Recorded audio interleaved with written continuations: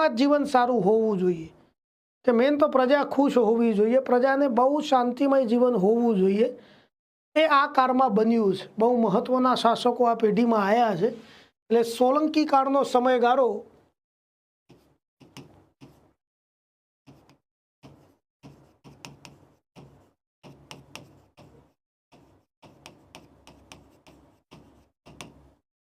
ए गुजरातनो सुवर्ण काळ छे। केम भाई सुवर्ण काळ छे तो अलग अलग केसीस में आपणे समझीए तो आपणे बोले ए कि सामाजिक जीवन, कला, स्थापत्य अने साहित्यनी बाबतमां साहित्यमां तो हेमचंद्राचार्य अने गैंग आखी आई गई है। तो ए लोकोए बहु अद्भुत साहित्यनी रचना सोलंकी काळ दरमियान करी ज छे। ए सिवाय कला स्थापत्यमां हवे राजा वाइज जोता जईशुं। दरेक राजाना समयमां कया प्रकारना कामकाज थया छे ने राजाना काम कया छे ए पण आपणे समजीए छीए, ए जोईशुं। हवे आ जे राजाओ छे कुल आपणे 12 शासकोने जोवाना छे। सोलंकीओमां 12 राजाओ आपणे भणशुं।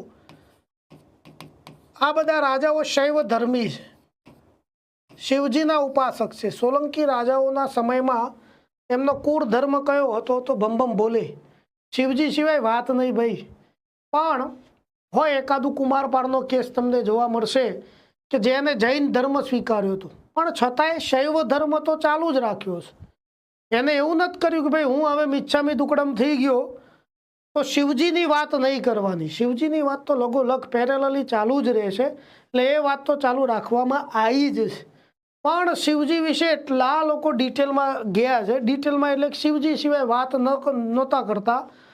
એટલે બીજા ધર્મમાં એક ખાસ બૌદ્ધ ધર્મને જે પ્રોત્સાહન સોલંકી કાળમાં મળવું જોઈએ એ ના મળ્યું। આના લીધે ગુજરાતમાંથી ધીમે ધીમે ધીમે બૌદ્ધ ધર્મ છે એ ગાયબ થઈ ગયો। બુદ્ધમ શરણમ ગચ્છામી થઈ ગયું સોલંકી કાળથી ગુજરાતમાં। એટલે શિવજીના પરમ ઉપાસક હોવાથી આ કાળમાં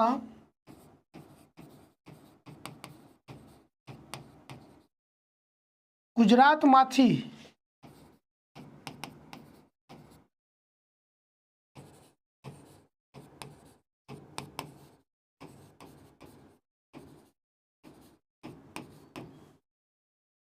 बौद्ध धर्मनो अस्त थयो छे। शिवजीनी वातो होय त्यां गौतम बुद्धनी वातो थोड़ी ओछी प्रचलित बनती, कारण के बौद्ध धर्म छे ने मूर्ति पूजा ने मानतो नहोतो। विशेष तो होय कर्मकांडी प्रवृत्तिने माने नहीं।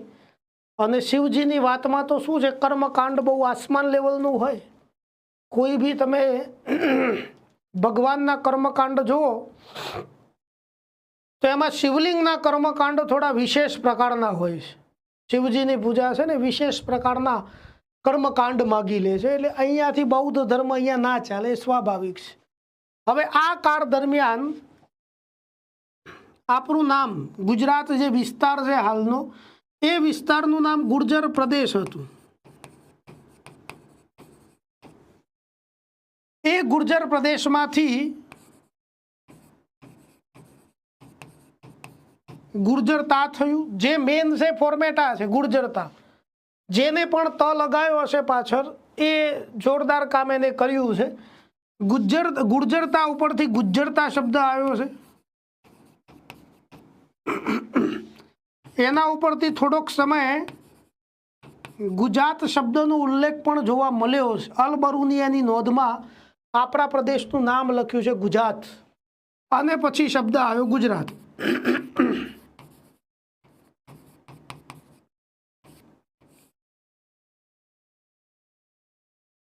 तो गुजरात शब्द कया काळथी अस्तित्वमां आव्यो छे? तो सोलंकी काळथी अस्तित्वमां आव्यो छे गुजरात शब्द। तो आईएमपी छे आपणा माटे आ वात, बेसिक छे, खबर होय छे आपणने।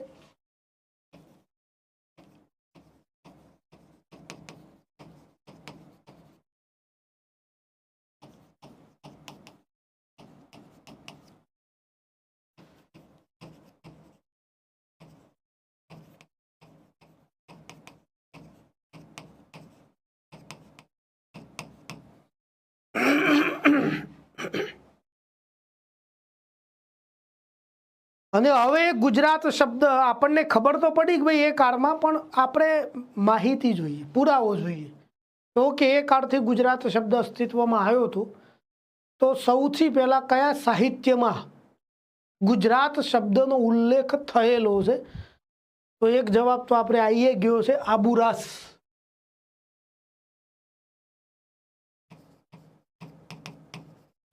સૌ પ્રથમ આબુરાસમાં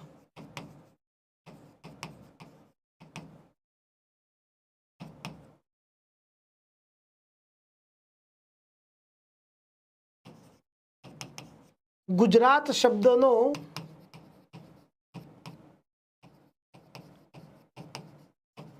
ઉલ્લેખ થયો છે.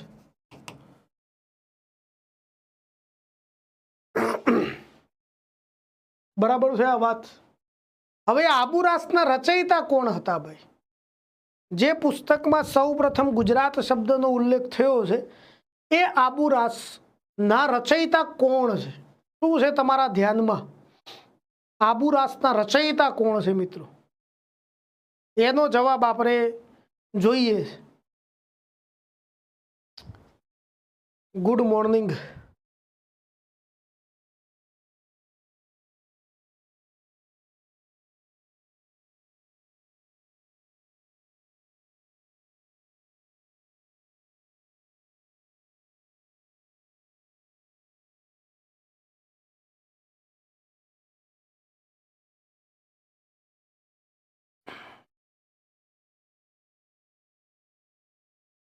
ચલો, તો આમાં આબુરાસના જે રચયિતા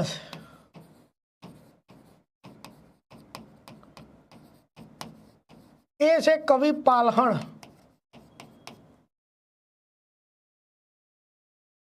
એમના રચયિતાનું નામ છે કવિ પાલહણ. પાલહણ, કલહણ, બિલહણ, આ બધા કણ છે ને અલગ અલગ છે. એ કણ ભેગા ના થઈ જવા જોઈએ, નહીં તો પાછો અણુ બની જશે તો બોમ્બ ફૂટશે. એટલે એ કવિ પાલહણ એ આ આબુરાસની રચના કરી છે, જેમાં ગુજરાત શબ્દનો સૌ પ્રથમ ઉલ્લેખ થયેલો તમને જોવા મળશે. એક વાત આ એ છે. હવે એના પછીની વાત, સોલંકી રાજાઓ વિશે આપણે જરા સમજીએ.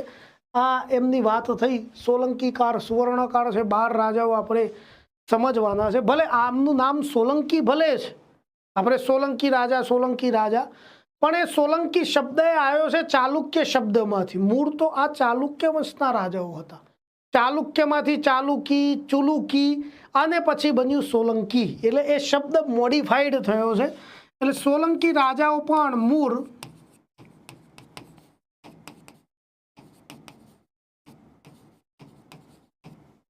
ચાલુક્ય વંશના રાજાઓ છે. ચાલુક્યમાંથી શબ્દ મોડિફાઈડ થતા થતા બન્યો છે. એમ તો વાઘેલાઓ પણ મૂળ ચાલુક્ય જ છે, પણ એ વાઘેલા કેમ ના બન્યા તો આપણે વાઘેલા વંશ ભણશું ત્યારે થોડો ધ્યાન ઉપર લઈશું. પણ એ ચાલુક્ય છે. એટલે ચાલુક્યોની પાટણમાં 2 શાખાઓ થઈ મહત્વની, એક સોલંકી અને બીજા વાઘેલા. એટલે પેપરમાં જો તમને ચાલુક્ય રાજા લખેલા હોય તો એ સોલંકીઓનો પ્રશ્ન છે, એવું સમજજો જરા, કે ગુજરાતમાં કયા ચાલુક્ય રાજાએ ફલાણા ઢીકણા કામ કર્યા.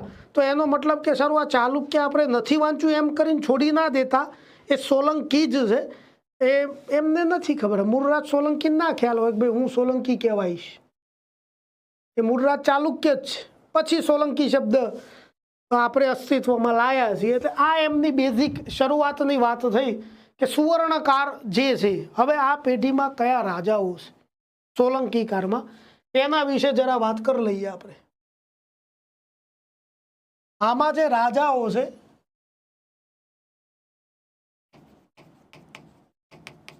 મૂળરાજ પહેલો,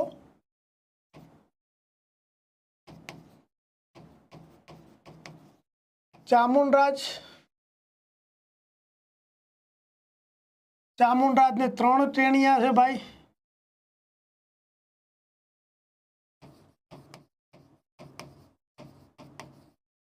વલ્લભરાજ,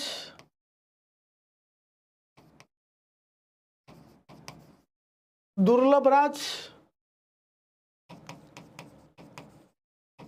અને નાગરાજ. ભીમદેવ પહેલો, ભીમદેવ પેઢામાં બે આવશે, એક શ્યામરાજ જે બકુલા દેવીનો દીકરો છે, અને એક કર્ણદેવ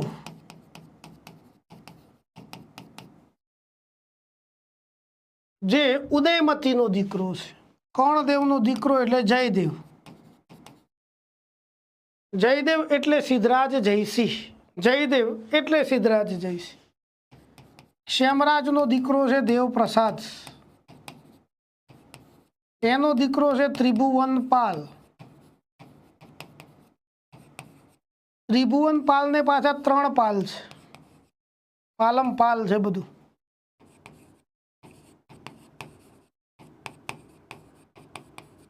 કુમારપાલ,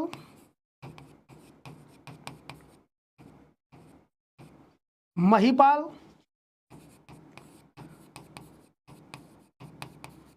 અને કીર્તિપાલ.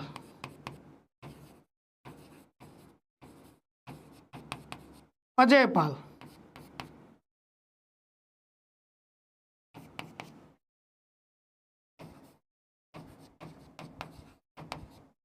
મૂળરાજ બીજો,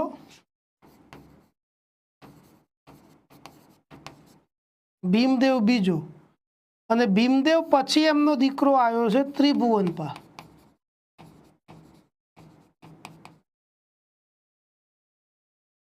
તો આ વાત છે ભાઈ સોલંકી શાસકોનો જે મેપ છે, પેઢી મેપ, પેઢી નામું, વૈવંશો, એ આ પ્રકારનો છે.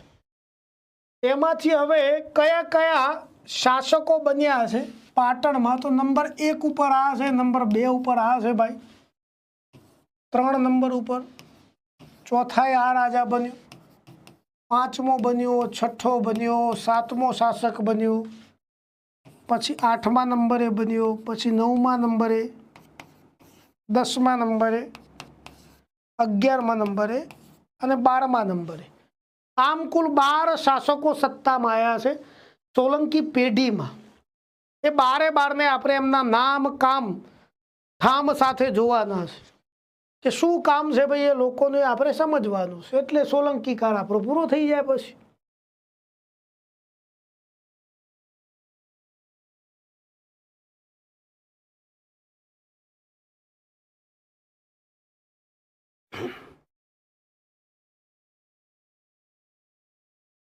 ચલો, આ વાત છે ને કે તમારે ગોખવાની કોઈ જરૂરિયાત એવી વિશેષ છે નહીં. રાજાઓ આપણે ક્રમમાં જ સમજવાના છીએ, તો ક્રમમાં આપણે ધ્યાન ઉપર લેવાના છે. પણ ઘણી વખતે શું છે કે કન્ફ્યુઝન થઈ જતું હોય છે કે સાહેબ કોણ કોણ શું છે ને એના પપ્પા કોણ છે ને, એટલે અહીંયાથી ખ્યાલ આવી ગયા કે ભાઈ કોણ શું છે. બરાબર છે ને, કોણ શું છે એ તમને વિશેષ ખ્યાલ આવી ગયો છે. સૌથી પહેલા મૂળરાજ સોલંકી સૌથી પહેલો શાસક છે ભાઈ, મૂળરાજ સોલંકી. 1 થી 12 રાજાઓ ક્રમમાં ગોઠવવાના પૂછે. 2017ની જીપીએસસી 1-2માં, હા 17ની 1-2માં આઈ થિંક આવો પ્રશ્ન હતો, ક્રમમાં ગોઠવવા વાળો સોલંકી રાજાઓને. તો થોડું ધ્યાન ઉપર લેવાનું, ગમે તે એક્ઝામમાં પૂછાય ક્રમમાં ગોઠવવાનું. પહેલા બધા રાજ રાજ રાજ છે, પછી દેવ દેવ દેવ છે, પછી બધા પાલ પાલ પાલ છે, પછી રાજ દેવ અને પાલ છે. એક એક એક એક રાજ દેવ પાલ, પછી રાજ દેવ પાલ.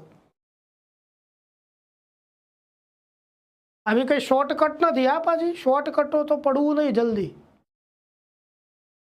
યાદ રહેશે તો રાખો તો એમાં મજા આવશે. તમે સારા સમય સુધી યાદ રાખી શકશો, અને રિવિઝન તમારે એટલું બધું ટાઈટ લેવલે નહીં કરવું પડે. જો તમે બહુ સમજીને આગળ વધ્યા છો ને તો રિવિઝન તમારું ઇઝી થઈ જાય, બાકી પછી રિવિઝન અઘરું પડે. ચલો, સૌથી પહેલો રાજા એટલે મૂળરાજ સોલંકી.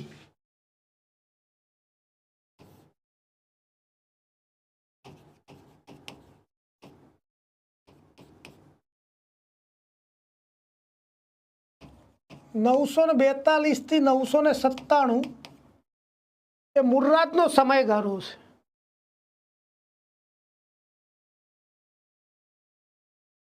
કયા કામ કર્યા ભાઈ હવે મૂળરાજ સોલંકીએ, એ વાત આપણે સમજીએ.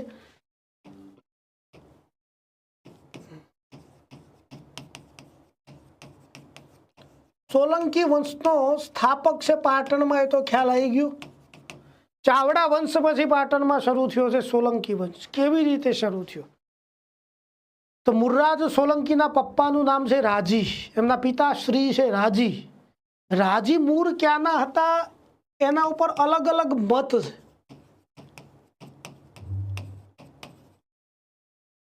પણ ચાવડા વંશનો છેલ્લો રાજા છે સામંતસિંહ ચાવડા। એ વખતે રાજી પાટણમાં આયા હતા બધું જોવા માટે કે ભાઈ ચાવડા રાજાઓનું શાસન બહુ જોરદાર છે, એમ કરીને પાટણ આવ્યા છે।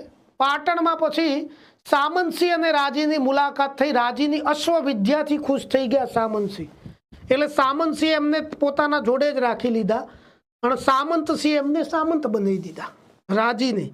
પછી તો એ યુવાન બહુ સારો વ્યક્તિ છે માણસાઈની દ્રષ્ટિએ પણ, એટલે સામંતસિંહે પોતાની બેન લીલાદેવીના લગ્ન એ રાજી જોડે કરાયા। એ રાજી અને લીલાદેવીનો દીકરો જે મૂળ નક્ષત્રમાં જન્મ્યો હતો, એટલે ભાઈનું નામ પડ્યું મુર્રાજ। એટલે એમની માતાનું નામ છે લીલાદેવી। મામાએ આપણે લખવાના છે ભાઈ।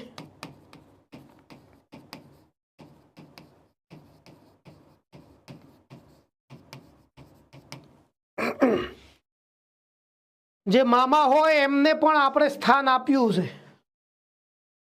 બાકી મામા બિચારા છે ને સમાજમાં દબાયેલો વર્ગ છે ને, મામા છે આખી જિંદગી મામેરા ભર ભર કરે, મામાના મામેરા, મામાના મામેરા। મામો બિચારો દબી ગયો હોય, મામેરાનો જુગાડ જ કરતો હોય, પણ આપણે સિલેબસમાં મામાઓને સ્થાન આપ્યું છે વિશેષ, અને આમની તો બહુ જરૂરિયાત છે। બધું ઓકે ચાલતું હતું ભાઈ ચાવડા વંશમાં। સામંતસિંહ ચાવડા ખુશ છે, એમની બેન એમના જોડે જ છે, પાછા બેનને સારો એવો પ્રેમ કરે છે, એટલે તેમને રાજી જોડે લગ્ન એ કરાવડાયા કે જેથી કરીને એમ કે લગ્ન કરીને મારી બેન છે ને પાટણમાં જ રહે, એ આશયથી લગ્ન એ કરાયા છે। ભાણિયાનો જન્મ થયો છે ત્યાં જ વાગડ પ્રદેશ, કચ્છમાં વાગડ પ્રદેશમાં બળવા થયા, અને બળવા શાંત કરવા માટે રાજી ગયા। એ બળવામાં રાજીનું અવસાન થઈ ગયું, સામ સામે કંઈક હુમલા થયા હોય એમાં રાજીનું અવસાન થઈ ગયું, અને અવસાન થઈ ગયું એટલા માટે લીલાદેવી એ રાજી પાછળ છે ને સતી થઈ ગયા, એટલે ટેણીઓ પડ્યો એકલો મુર્રાજ સોલંકી। 20 મિનિટ થઈ ભાઈ ચાલુ થઈ। હા, તો મુર્રાજ છે ને ટેણીઓ એકલો પડ્યો, એટલે મામાએ એમના ઉછેરની જવાબદારી સ્વીકારી લીધી કે ચલો ભાઈ હવે આ ટેણિયાનો ઉછેર એ આપણે હું કરીશ। મામા સામંતસિંહ ચાવડા બહુ જેન્યુન પર્સન છે ભાઈ, એક શાસક તરીકેમાં અવ્વલ નંબરના ગુણ ધરાવતા હતા, પણ હવે બેન સતી થયા એ દુઃખ છે, જીજાજી જમાઈ નું હત્યા થઈ, અવસાન થયું એ દુઃખ છે ને, એમાં ટેણિયાની જવાબદારી છે। એકલા પડી ગયા છે ને એના દબાણમાં મદિરા પાનનું સેવન કરતા થઈ ગયા સામંતસિંહ ચાવડા, અને એમાં લગભગ નશામાં રહેતા, અને કોઈક વાર એ બહુ વધારે પડતા બગડેલા હોય એટલે ભાણિયાને લાફો મારી દેતા, મુર્રાજને લાફો મારીને બેસાડી દે સિંહાસન ઉપર કે બેસ ભાઈ સિંહાસન ઉપર, આ બધું તારા માટે તો માથાકૂટ છે મારે બધી, પણ પેલાને એમ કે મામા છે ગેમ રમતા છે, એમ કરીને બિચારો બેસે સિંહાસન ઉપર, અને થોડોક સમય પછી જો ભાનમાં આવે સામંતસિંહ તો પાછો લાફો મારીને ઉતાર દે, સિંહાસન ઉપર બેઠો કેમ તું? પેલો કન્ફ્યુઝન થઈ જાય, વાય ધીસ કોલાવરી ડી, કરે તો કરે ક્યાં, જાય તો જાય ક્યાં? તો એ લોચો થઈ જતો ભાઈ એ મુર્રાજને। ચલો નાનો હતો ચલવી લીધું, મામા છે ચાલી જાય, એક લાફો મારના કે શું ફરક પડે, આપણને ઉછેર જ એ કરી રહ્યા છે। પણ હવે મુર્રાજ સોલંકી 19-20 વર્ષનો થયો છે, અને એકવાર દરબારમાં મંત્રીઓ જોડે ચર્ચા વિચારણા કરતો હતો, શીખી રહ્યો છે વહીવટમાં, હોશિયાર છે મુર્રાજ સોલંકી। અને એવામાં જ ભર દરબારમાં નશાની હાલતમાં આવ્યા સામંતસિંહ ચાવડા। દરબારની વચ્ચે જ મામાને ભાણિયાને એક લાફો ઝીંકી દીધો। મામાએ કીધું સિંહાસન ઉપર બેસી જાય, એટલે મુર્રાજ કે બેસીશ, પાછા ટૂંક જ સમયમાં લાફો મારીને પાછા ઉતારશે ખરા, એટલે ચાલુ આ રોજ રોજનું નાટક શરૂ થઈ ગયું છે। એટલે એને તલવાર કાઢી નક્કી કર્યું કે આજે તો કાયમ માટે સિંહાસન ઉપર બેસી જવું છે। તલવાર કાઢી અને મામા ઉપર ફેવડી દીધી, સામંતસિંહ ચાવડાને 2 ભાગમાં વિભાજિત કરી દીધા, સામંત આ બાજુ ને સિંહ આ બાજુ, અને બેસી ગયો સાહેબ સિંહાસન ઉપર। મંત્રીઓ ચકિત થઈ ગયા, ત્યાં ભાણિયાને આપણે બાળપણથી જોઈએ છે અને સહન કર્યું જ છે, હજુ એ સહન કરતો જ હતો, આજે શું થયું એને કે રાજાની જ હત્યા કરી નાખ્યા, તો રાજદ્રોહ કહેવાય. પણ પેલી તલવાર કાઢીને જે ફેવરી હતી સાહેબ, એને કોઈ કશું બોલી જ ના શક્યું. મંત્રીએ બધા જગ્યા ઉપર ઊભા રહીને મૂળરાજની જય હો, મૂળરાજની જય હો. શું બોલે, બીપી લો થઈ ગયું હોય. પણ બધાને ખ્યાલ હશે બરાબર છે, મૂળરાજ રાજા બનશે તો રાજ્ય માટે યોગ્ય ગણાશે. સામંતસિંહ ચાવડાનો વહીવટ હવે ધીમે ધીમે બગડી ગયો, તો જે કારણથી બગડ્યો પણ બગડી ગયો છે. તો આ રીતે ચાવડાઓને હટાઈ અને સત્તામાં આવ્યો છે મૂળરાજ સોલંકી. એટલે સોલંકી વંશનો સ્થાપક છે. ઘણા કહે છે કે ભાઈ એને મામાની આ નબળાઈનો લાભ લઈને એમની હત્યા જ કરી નાખી મૂળરાજે. પણ એ હત્યા લાગે, કલંક લાગે ને એટલે આવી વાત સેટ કરી દીધી કે મામા એનું અપમાન કરતા હતા એટલે થોડી સિમ્પથી મળી. આપણે બધા સિમ્પથી આપે ભાઈ બરાબર છે, તલવાર ફેવરી દે રોજ લાફા કોણ ખાય, બસ આવી વાત છે. મામાને માર નાખ્યા, બોલો મામેરું કોણ આવશે હવે આ મૂળરાજનું? તો સામંતસિંહ ચાવડાની હત્યા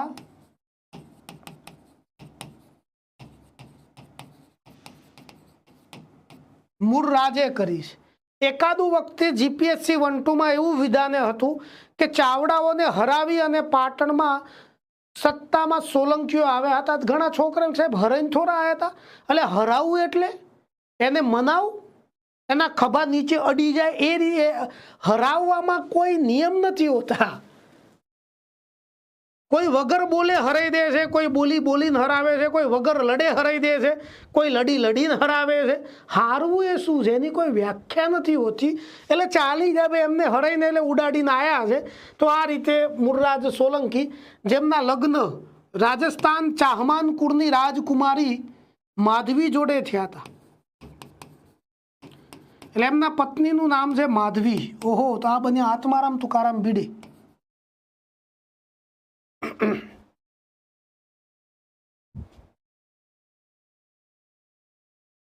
મામાને માર નાખે, બહુ ખોટું કર્યું ભાઈ.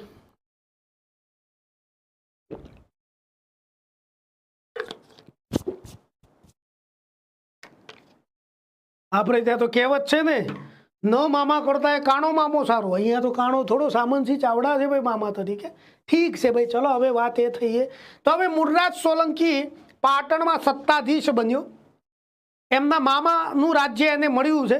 પણ જ્યારે સત્તાધીશ બન્યો ત્યારે એમના જોડે કંઈ મોટું આમ વિશાળ ક્ષેત્રફળ નહોતું, મહાન એમ્પાયર નથી. ધીમે ધીમે એમાં બઢોતરી થઈ છે. એને જે મળ્યું એ કેટલું હતું, મૂળરાજ સોલંકીનો પ્રદેશ કેટલો હતો, તો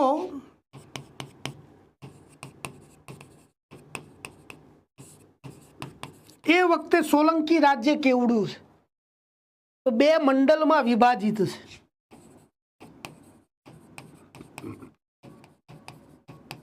શું છે ભાઈ હવે આ મંડળ સોલંકી કાળમાં?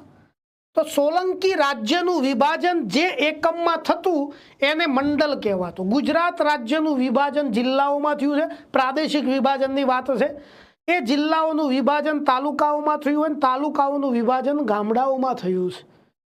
રાજ્યનો સૌથી મોટો એકમ કયો છે? તો જિલ્લો છે. એમ આ સોલંકી રાજ્યનો સૌથી મોટો એકમ કયો હતો? તો મંડળ હતા. એ વખતે 2 મંડળ છે. પછી ધીમે ધીમે એ મંડળો વધતા ગયા છે. આ મંડળમાં રાનુ મંડળનો સમાવેશ નથી થતો. આ તો મનમાં એવું થાય કે સાહેબ પેલા રાનુ મંડળ હતા એ નથી. 2 મંડળ છે. મંડળ એટલે હાલના જિલ્લા જેવું.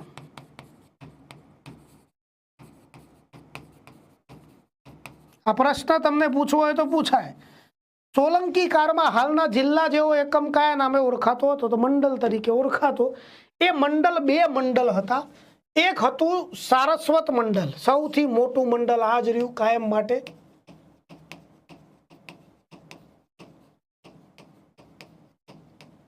અને મંડળનો જે બોસ હોય ને એને મંડલેશ્વર કહેવાતું. એ વિસ્તારનો જે બોસ હોય એને મંડલેશ્વર તરીકે ઓળખવામાં આવતું હતું. સારસ્વત મંડળ નામ છે ભાઈ, સારસ્વત.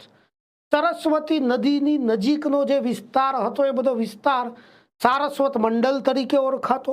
અને પાટણ શહેર જે મુખ્ય પાટનગર છે એ સારસ્વત મંડળની અંડર જ આવતું હતું. એટલે રાજા ખુદ આનો વહીવટ કરતા. એટલે આના મંડલેશ્વર જ ખુદ રાજા જ રહેતા. સારસ્વત મંડળ એટલે સરસ્વતી નદી ની આજુબાજુનું ક્ષેત્ર જેમાં હાલના કયા જિલ્લાઓનો સમાવેશ થઈ શકે? તો ઘણો મોટો મહેસાણા, પાટણનો અમુક હિસ્સો અને બનાસકાંઠાનો અમુક હિસ્સો. જિલ્લાની વાત છે કે ભાઈ સારસ્વત મંડળ જે આપણું હતું મધ્યકાલીન પ્રાચીન સમયમાં સોલંકી કાળમાં, એમાં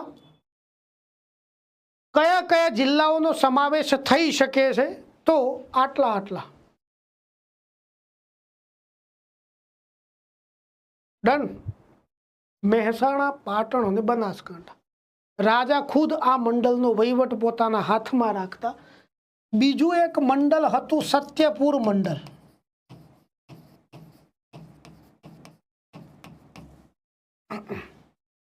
પછી તો ખેટક મંડળ, કચ્છ મંડળ, સૌરાષ્ટ્ર મંડળ, લાટ મંડળ, અવંતી મંડળ આવ્યું છે. પછી ચંદ્રાવતી આબુની નજીકનું એક મંડળ હતું, એ મંડળ આવ્યું છે. તો આવા તો ઢગલો મંડળ પછી ધીમે ધીમે એડ થયા અને સોલંકી ક્ષેત્રફળમાં ગજબનો વધારો થયો છે. લાટ મંડળ દક્ષિણ ગુજરાતવાળું એ આવ્યું છે. એટલે પછી તો ઢગલો અહીંયા મંડળ આવ્યા છે. મૌર્ય પછી કેમ ડાયરેક્ટ સોલંકી? એટલા માટે કે આપણે પંચાયતનો જે સિલેબસ હજુ કન્ફર્મ આવ્યો નથી, પણ જે દિવ્યાંગ મિત્રો છે એમનો જે સિલેબસ આવ્યો છે એમાં શરૂઆત જ ગુજરાતના રાજવંશોથી થાય છે. એટલે પછી આપણે એવો વિચાર કર્યો કે ગુજરાતના રાજવંશો હાલ આપણે લગાવીએ. પછી ધારો કે ડિટેલમાં સિલેબસ આવે છે અને એમાં જો બદલાયેલો સિલેબસ હશે તો જે ટોપિક હશે બીજા આપણે જોઈશું. બાકી આ તો હશે જ, આ તો દરેક એક્ઝામમાં હોય જ છે ગુજરાતના રાજવંશો. પણ એના એ જ સિલેબસ લાયા તો પંચાયતની પંચાયત ખોટી પડે એવું થાય. ખોટું તો ક્યાંય નથી, બધે કામમાં લાગશે જ.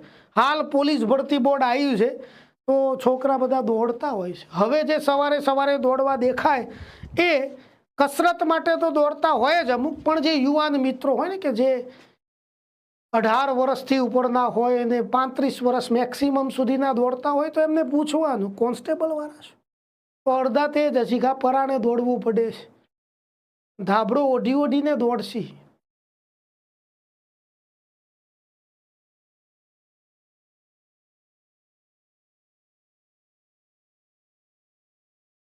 ઊંઘ સાલી કેવી વાલી હોય. એ અમુક તો બેઠા હશે ક્યાંક, જો ઘેરથી જોતા હશે તો બિલકુલ આમ એવું કરીને બેઠા છે કે એમને જોવે ને કોક તો એને ઊંઘ આવી જાય, એવો માહોલ કરીને બેઠા હશે. આમ મોબાઈલ રાખ્યો હશે અંદર અને બિલકુલ આમ શાલ ઓઢીને વ્યવસ્થિત બેઠા હોય તો ઘરવાળાને ઊંઘ આવી જાય. સાલા તું લેક્ચર જોવે છે કે સમાધિમાં બેઠો છે? લાઇબ્રેરીમાં હોય તો બરાબર છે કે હજુ લોચો થાય. એમાં ઘણા જુગાડ કરવા વાળા તો હોય જ. ટાંટિયા ઉપર ટાંટિયો નાખીને અમુક સિકંદર બેઠા છે આમ કહો હો કથા ચાલે છે. જય બાપજી કી. એટલે એવું નહીં, લખજો જોડે જોડે થોડું લખતા રહેજો તો કામ લાગશે. સતત જોજો ના કરવું પડે. પછી તમારે ટાર્ગેટ એવો રાખો કે એકવાર સમજી લો પછી એવું લખો કે પછી એ કામ થઈ જાય. હા, કટઓફ બહુ ઊંચા જાય છે. શું કરવું એ ખબર નથી પડતી સુરેશભાઈ. તો કટઓફથી વધુ માર્ક્સ લાવવા એક જ નિરાકરણ છે. કટઓફથી વધુ માર્ક્સ લાવવા. વસ્તુ બતાવે છે કે ભાઈ એક્ઝામ માટેની તૈયારી લોકોની છે. જ્યારથી મેરિટ આવ્યું ત્યારથી એક મુદ્દો ચર્ચામાં તો છે જ કે કટઓફ કેમ આટલું બધું ઊંચું જઈ રહ્યું છે. તો જો હવે લાવવાવાળા તો આપણા જ ભાઈઓ જ છે ગુજરાતના જ.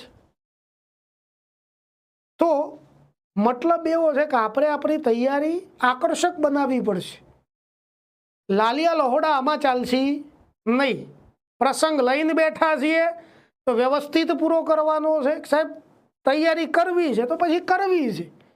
1 રૂપિયાની ઊની આંચ એમાં આવવી જોઈએ નહીં. ઘણા કે ઓહો સરકારીનો, અરે ભાઈ આપણો ટાર્ગેટ છે ને, કોઈનો દુનિયાનો નથી. તમારી ઈચ્છા છે કે તમારે સરકારી નોકરી જોઈએ છે તમારા ઘેર તો એવી બાધા છે નહીં કે અમારે 7 પેઢીમાં બાધા હતી કે અમારે થવો જોઈએ સરકારી કર્મચારી, એવો તો કોઈ હશે જ? નાના સાહેબ, હું તો અમારા ઘરની બાધા માનતા હતી, જે પૂરી કરવા નીકળું છું. મારા દાદાની હતી એ ના થયા, પપ્પાની હતી એ સરકારી નોકરી ન થઈ શક્યા, એટલે મારે પૂરી કરવી પડશે, નહીં તો આવનારી જનરેશનને પૂરી કરવી પડે. એવું તો કંઈ છે નહીં. એટલે હવે શું છે, દિન પ્રતિદિન કોમ્પિટિશન હાઈ તો થવાની જ, 100% થવાની. એટલે તમે વર્ષો, આજથી 15 વર્ષ પહેલાના પેપર તમે જુઓ તો એવું થાય કે આ સાલો કેવો સુવર્ણકાળ હતો, સૂર્યની સૌથી નજીકનો ગ્રહ. 2007ની આઈ થિંક જીપીએસસી 1-2નો પ્રશ્ન છે. 2007, હા, મને એમાં વર્ષ 16 નથી પણ ટૂંકમાં જૂનો. સૂર્યની અરે 1-2માં એ વખતે. અને દાસા સાહેબ 2017માં આવ્યા, 10 વર્ષ પછી તો બધું યાદ અપાઈ દીધું દાસા સાહેબે. પછી જીપીએસસી મોડ્યુલમાં ચાલે જ છે હાલમાં પણ. એટલે હવે જે પ્રશ્નપત્ર આવે છે, પેપર રફ એન્ડ ટફ બની રહ્યા છે. તો બસ આપણી તૈયારી પણ એ લેવલની થોડી ઊંચા દરજ્જાની ધીમે ધીમે કરવી પડે. જે આજથી 15-20 વર્ષ પહેલાં જે મહેનતે જીપીએસસી 1-2 ક્લિયર થઈ જતી 2 થી 3 વાર, એ મહેનત અથવા તો એનાથી વધુ મહેનતે હવે કોન્સ્ટેબલ થવાય છે, તલાટી કમ મંત્રી થવાય છે. હવે સમસ્યા છે તો હવે શું થાય, જે સમાજ જીવન જેવું બન્યું હોય એ મુજબ હવે આપણે કરવું પડશે ને, બરાબર છે? ચલો, તો વાત એ થઈ ભાઈ સત્યપુર મંડળ. તો સત્યપુર શું છે, તો રાજસ્થાનમાં એક શહેર છે સાંચોર.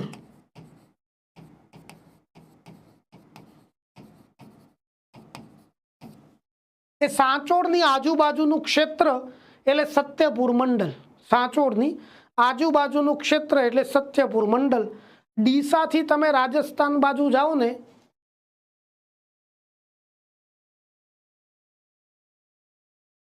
ડીસાથી તમે રાજસ્થાન બાજુ જાઓ તો સૌથી પહેલા મહત્વનું શહેર જે આવશે ને સાંચોર આવશે.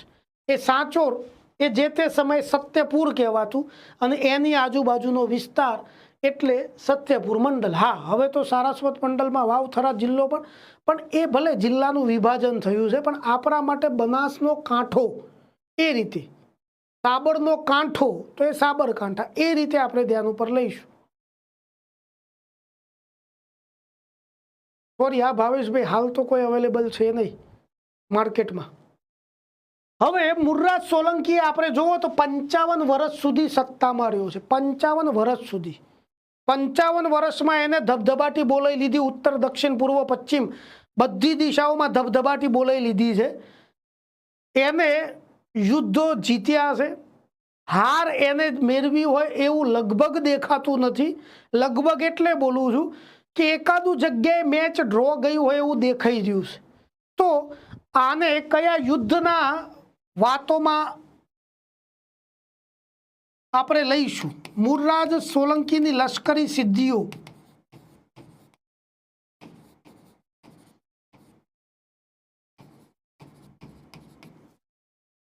એને કરેલા મહત્વના યુદ્ધ. લશ્કરી સિદ્ધિ અને યુદ્ધ. તો મુર્રાજ જેવો સત્તામાં આવ્યો, પરમ ઉપાસક છે.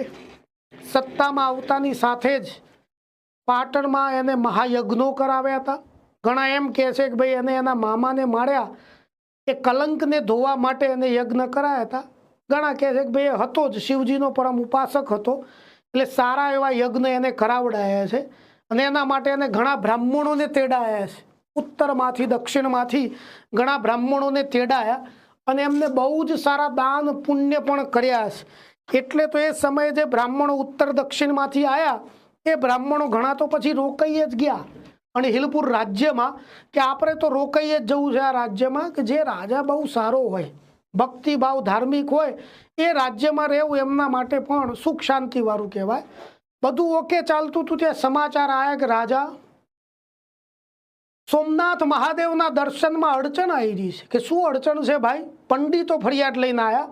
જે પંડિત છે એમને તો સોમનાથમાં પૂજા કરવાની છૂટ જ હોય કે ભાઈ વંથલીનો રાજા, સોરઠનો રાજા છે, રા ગ્રહ રીપુ ચુડાસમા વંશનો રાજા છે, એને સોમનાથમાં થોડી સમસ્યા ઊભી કરી છે અને અણહિલપુરના પંડિતોને તો એ દર્શન કરવા જ નથી દેતો. પૂજા તો દૂરની વાત છે. અમે 2 થી 3 વાર જઈને પાછા આવ્યા છે, છેવટે કંટાળી અને તમને ફરિયાદ કરી છે. તો કે તમે હવે કંઈક આનું નિરાકરણ કરો. મુરરાજ કે ભાઈ આ ગ્રહરીપુને શું થયું હશે?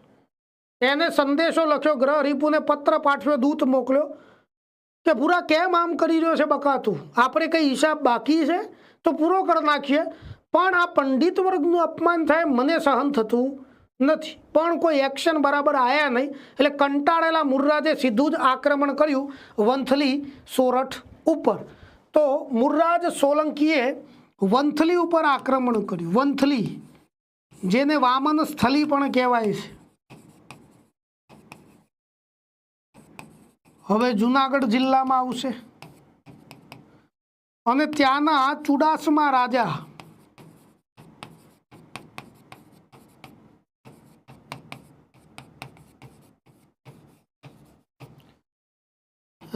ગ્રહરીપુને હરાવ્યો છે.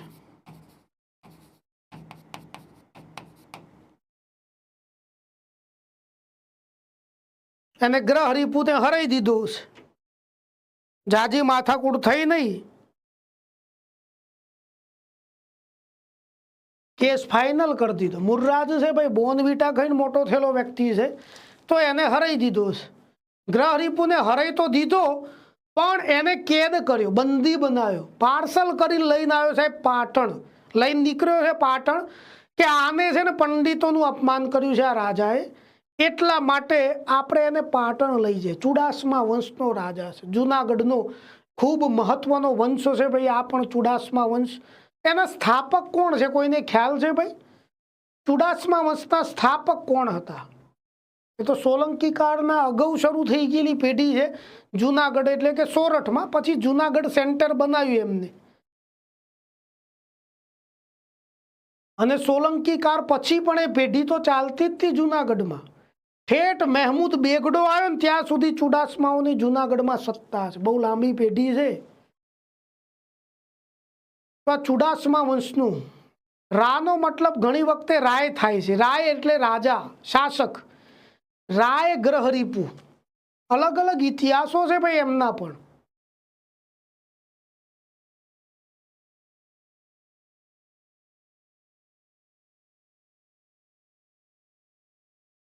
રાનો મતલબ રાય, રાય એટલે રાજા, બરાબર છે. તો એ ચુડાસમા વંશનો સ્થાપક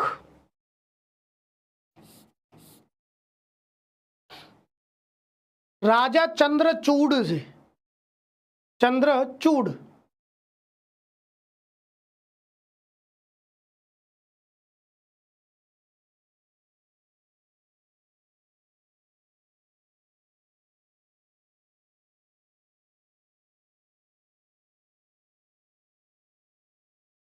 ચાલો હવે એ વાત પણ અહીંયા થોડું ધ્યાન ઉપર આપણે રાખીએ.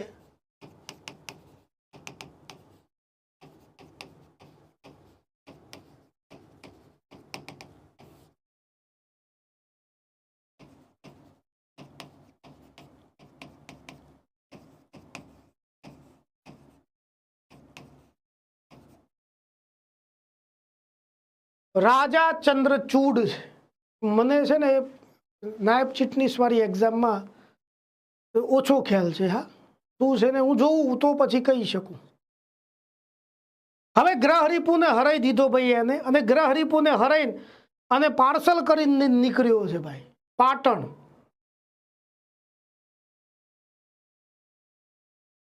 ઓહો દીપભાઈ સરસ,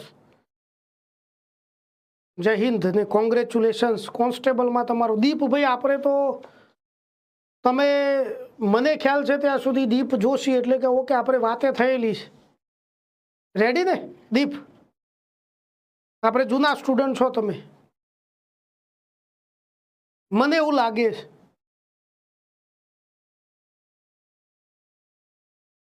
તો આ રીતે હવે જોડે લઈ નીકળ્યો ભાઈ.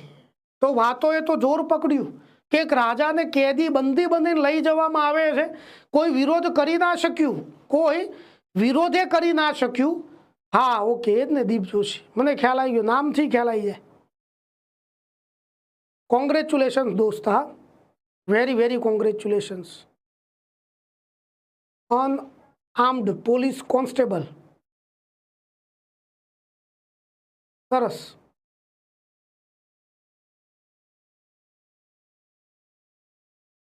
ખૂબ ખૂબ બધાઈયા.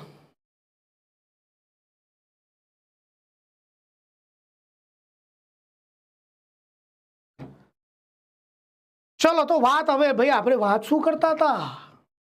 અહીંયા મામલો બહુ સિરિયસ છે. પાટણ લઈને નીકળ્યો છે. આ તો બહુ ઇન્સલ્ટ કહેવાય રાજાની, કે રાજાને હરાઈ દો, હારી ગયો, યુદ્ધમાં મળી ગયો, ઠીક છે, પણ રાજાને કેદ બનાવીને નીકળ્યો પોતાના એના હોમ ટાઉનમાંથી, એટલે બહુ અઘરું પડી જાય. તો એમ કરીને લઈને નીકળ્યો છે. તો હવે વાતો બધી અલગ અલગ બે છે. કચ્છમાં એક રાજા છે, લાખા, રાજા લક્ષ લાખો ફુલાણી. એને સમાચાર મળ્યા, એમનો મિત્ર છે આ ગ્રહરીપુ, કે ભાઈ મારા મિત્રને આ રીતે તમે બંદી બનાવીને પાટણ લઈ જાઓ, એ તો યોગ્ય છે જ નહીં, એનું અપમાન કહેવાય. તો હું મારા મિત્રને પાટણ નહીં પહોંચવા દઉં, હું મારા મિત્રને પાટણ સુધી નહીં લઈ જવા દઉં. એમ કરીને લાખો ફુલાણી નીકળ્યો છે. એમ કરીને લાખો ફુલાણી નીકળ્યો છે ભાઈ. અને એ લાખો ફુલાણી આવ્યો મુર્રાજની સામે. એ જગ્યા એટલે હાલનો રાજકોટ જિલ્લો અને આટકોટ નામનું ગામ, એની નજીકમાં મુલાકાત થઈ. લાખો સામે છે, મુર્રાજ એની સામે છે, સામે છે. લાખાએ કીધું કે મારા મિત્રને તમે પ્રેમથી છોડી દો તો ચા નાસ્તો ને બટાકા પૌવા હું કરાવીશ, બાકી નહીં છોડ્યો તો મામલો મેદાન ઉપર જશે અને લાફાલાફી પ્રકરણ શરૂ થઈ જશે. મુર્રાજ કે બુરા એને છોડવા માટે થોડો પકડ્યો છે અમે, ના મેર આવે તો કે યુદ્ધ થશે. એટલે કે ભલે થાય યુદ્ધ, કે લાખો ફુલાણી છું હું, ભલ ભલાને સિંધમાં મારી હાકલે, જે હોય બુરા, આપણે છોડવાનો નથી. અને મેં સાંભળ્યું છે લાખા ફુલાણી તું બહુ મોટો યોદ્ધો તો છે જ, પણ તાકાત હોય તો આપણે બે લડીએ, બોલ. લાખાએ ચેલેન્જ માની લીધી, સારો યોદ્ધો, આવી ચેલેન્જ ક્યારેય ન માને એવું બને નહીં. એમ કરીને બે જણા લડ્યા, બાથમ બાથી થઈ મુર્રાજ વર્સિસ લાખો ફુલાણી. અને એમાં ભાઈ મુર્રાજ સોલંકી જીતી ગયો અને એને લાખા ફુલાણીની હત્યા કરી નાખી. Case number 1. અને અહીંથી લઈ ગયો ગ્રહરીપુને પાટણમાં. પાટણમાં જઈને બધા પંડિતોને બોલાયા, વાત કરી કે ભાઈ આ એ જ છે જેમને સોમનાથ મહાદેવ અને તમારું અપમાન કર્યું છે, બોલો શું સજા કરવી છે આ રાજાને. પંડિતો કે રાજા હવે આમાં અમારું અપમાન જેવું તો કંઈ છે નહીં, અમને અમારા ભગવાનથી દૂર રાખ્યા, એટલે ભક્તથી ભગવાનને દૂર રાખે ને એમાં ભગવાનનું અપમાન થયું છે, એટલે એને મહાદેવનું અપમાન કર્યું છે. જો એ મહાદેવની માફી માગતો હોય તો છોડી દો, અમારે કંઈ પ્રશ્ન છે નહીં. તો સોરી બોલાવડાયું પાટણમાં અને એમ કરીને ગ્રહરીપુને છોડી દીધો. આ તો ઓર મોટી ઇન્સલ્ટ થઈ કહેવાય. પકડીને લઈ ગયા અને સોરી બોલીને પાછા લાયા. જુનાગઢ પાછા જાય તો બધા પૂછે નહીં કે શું કર્યું રાજા, તમને ઇકોમાં લઈ ગયા હતા તે, તો ટેન્શન આવી જાય ને એક સાલ શું જવાબ આપવા. આ કેસ નંબર 1. હવે કેસ નંબર 2 એવો કહે છે કે લાખો ફુલાણી એ વખતે નહોતો આવ્યો, મુર્રાજ એને લઈ ગયો પાટણ, પાટણમાં સોરી બોલાવડાવીને છોડી દીધો. છોડ્યા પછી લાખા ફુલાણીએ સંદેશો લખ્યો મુર્રાજને કે ભાઈ મારો એક મિત્ર રાજા ગ્રહરીપુ એક થોડો નબળો શાસક છે, એને તમે મુર્રાજભાઈ ત્યાંથી એના ઘેરેથી પકડીને પાટણ લાયા, સોરી બોલાવડાવી છોડી દીધું. આવું બધું કરીને તમે પોતાની જાતને તીસમારખા ના સમજતા, એ નબળો શાસક છે બિચારો. તાકાત હોય તો મને પકડીને બતાવો મારા કિલ્લામાંથી, મને મારા કચ્છના કપિલકોટમાંથી પકડીને બતાવો તો સાહેબ હું તમને માનું. મુર્રાજ યોદ્ધો છે, ચેલેન્જ આપી પહેલાં તો મુર્રાજે લગલગાટ 11 વખત કંઈક આક્રમણ કર્યા કપિલકોટ ઉપર, ત્યારે જઈને મુર્રાજ જીત્યો, કપિલકોટનો કિલ્લો તોડ્યો, લાખા ફુલાણી સામે લડ્યો અને લાખાની એને હત્યા કરી. એટલે 2 કેસ છે, 2 કેસ છે, પણ બંને કેસમાં એક જ વાત કોમન છે, લાખા ફુલાણીએ મળવું ફરજિયાત છે.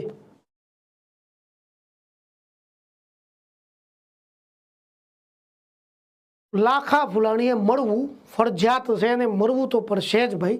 તો કેસ નંબર 2 હવે મુર્રાજ સોલંકીના માં એને કચ્છના રાજા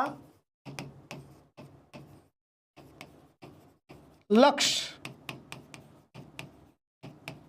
લાખા અથવા તો લાખા ફુલાણીને હરાવ્યો છે. ડીવાયએસઓ 2018નું પેપર જોજો, ડીવાયએસઓ 2018નું પેપર જોજો.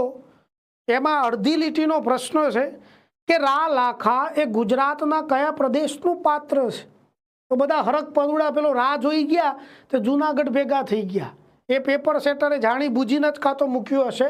રા મૂકવું એટલે જોઈએ કે આ લોકોને લમસમ ખબર છે આ કચ્છનું પાત્ર છે. ભાઈ રા વંશ એ જેવો તેવો વંશ થોડો છે, બહુ મોટો વંશ. એની શાખાઓ સારી એવી છે. જુનાગઢમાં ચુડાસમા, પછી સરવૈયા, રાયજાદા, એ બધા એમાંથી જ છે. તો રાજા લક્ષ રા લાખા લાખા ફુલાણીને હરાયો. ક્યાં હરાયો? તો એક કેસ એવો સમજ્યા આપણે, એક આટકોટમાં હરાયો.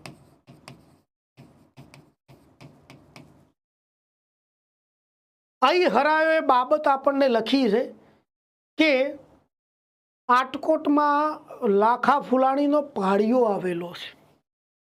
અને પાળિયો તો શાન છે ભાઈ ગુજરાતના ઇતિહાસની. એમાંય વિશેષ કાઠિયાવાડના ઇતિહાસમાં પાળિયાઓનું વિશેષ મહત્વ છે. કહેવાય છે કે કાઠિયાવાડના પાળિયા બોલતા થઈ જાય ને તો વિશ્વનો ઇતિહાસે ઝાંખો પડે, એટલો ભવ્ય ઇતિહાસ છે આપણા ગુજરાતના કાઠિયાવાડનો. ગામડે ગામડે પાળિયા. ચલો, આટકોટમાં લાખા ફુલાણીનો પાળિયો આવેલો છે.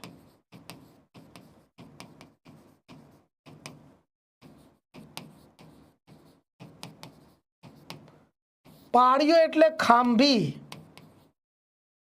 સુરાપુરા, સુરધન, ઠેસ, અલગ અલગ નામ આપણે બોલી શકીએ છીએ. એને ખાંભી કે પાળિયો કહેવાય. બીજો કેસ શું કહે છે ભાઈ? તો કપિલકોટમાં હરાયો છે. હેમચંદ્રાચાર્ય ધ્વયાશ્રયમાં આ બાબત નોંધી છે. ડન. તો હવે એક વાત એ થઈ કે આપણે માનવું કયું? તો બેમાંથી બે ઓપ્શનમાં હોય તો કે મુર્રાજ સોલંકીએ લાખા ફુલાણીને ક્યાં હરાવ્યો હતો, તો બે વાતો લખેલી હોય તો પહેલા નંબરે લખી એ માનવાની આપણે. બે હોય તો, હા, બેમાંથી એક જ ઓપ્શનમાં હોય તો કોઈ વિવાદ છે નહીં.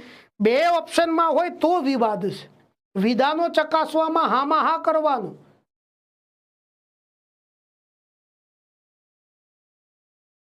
વિધાનો ચકાસવામાં હામાં હા કરવાનું છે.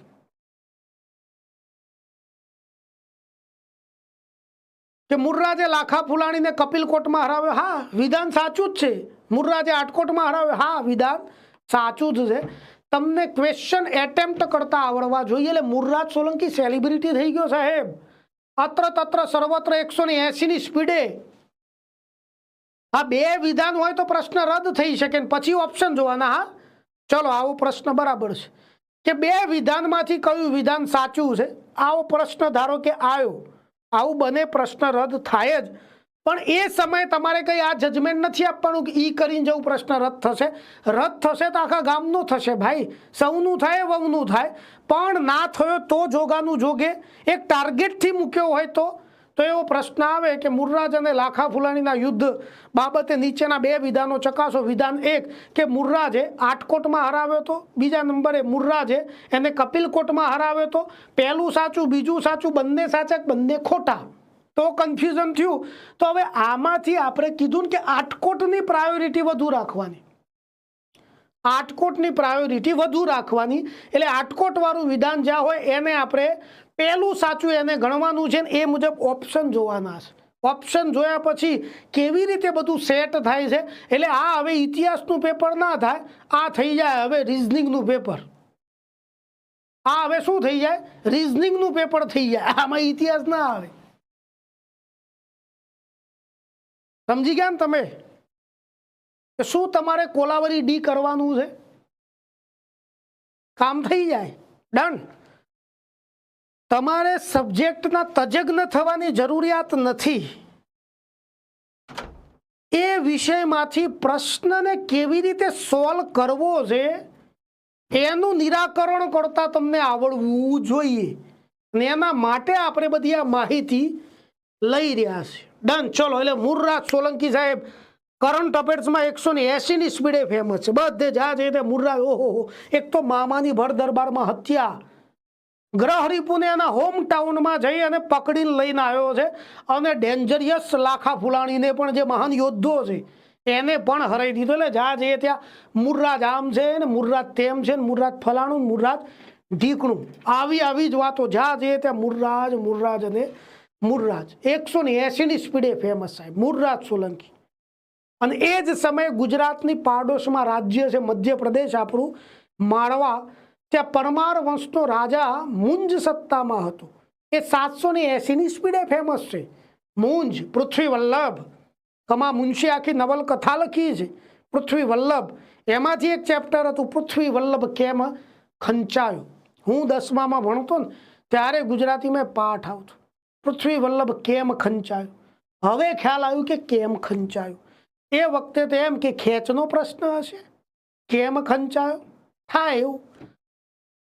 તો આ રીતે એક બાજુ મુર્રાજ 180ની સ્પીડે ફેમસ, બીજી બાજુ ઉજ્જૈનનો પરમાર વંશનો રાજા મુંજ 780ની સ્પીડે ફેમસ. એ મુંજ એની વાતોમાં રચો પચ્યો છે. મુંજને દક્ષિણ ભારતના આંધ્રપ્રદેશમાં કલ્યાણીનો એક ચાલુક્ય રાજા છે તૈલપ, એ તૈલપને અને આ મુંજને ટેન્ડર એમઓયુઝ કર્યા છે દર શનિ રવિ લડવાનું.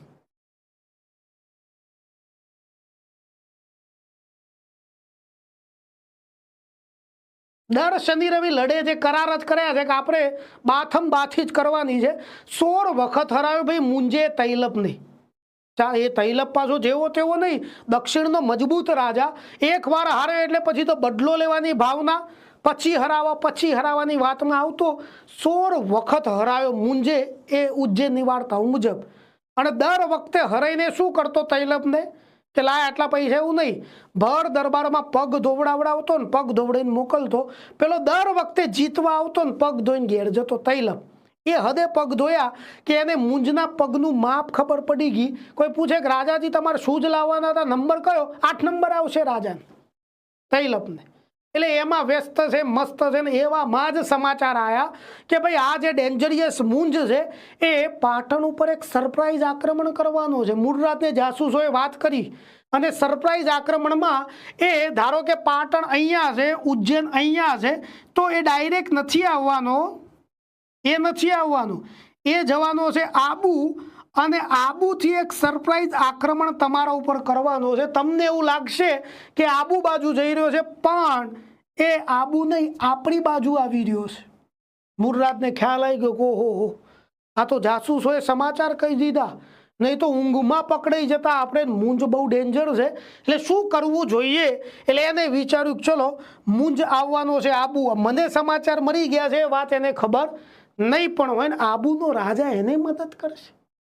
તો હવે મુંજ આબુ આવે એ પહેલા આપણે પહોંચી જઈએ આબુ. લશ્કર તૈયાર કર્યું કે લશ્કર હવે આપણે કૂચ કરવાની છે આબુ. લશ્કર તો ચાલ્યું સાહેબ દોડવા.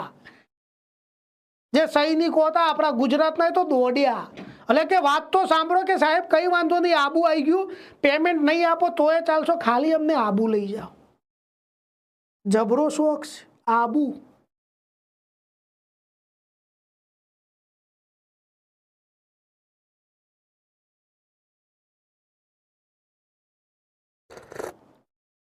થોડી ચાય પે ચર્ચા થઈ જાય. મુર્રાજને બધા સામાન પેક કરી રહ્યા છે આબુ જવા માટે. તરસાઓનું શહેર છે આબુ.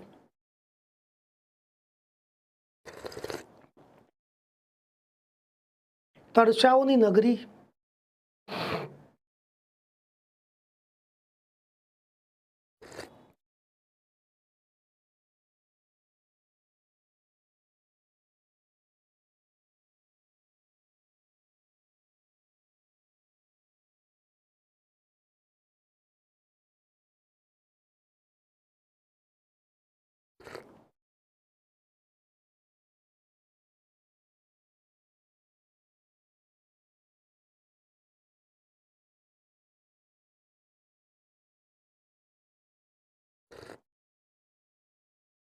કઈ ભાઈ પ્રશ્નો જે ચાલે છે એમાં કે ઇતિહાસમાં તો કહેજો.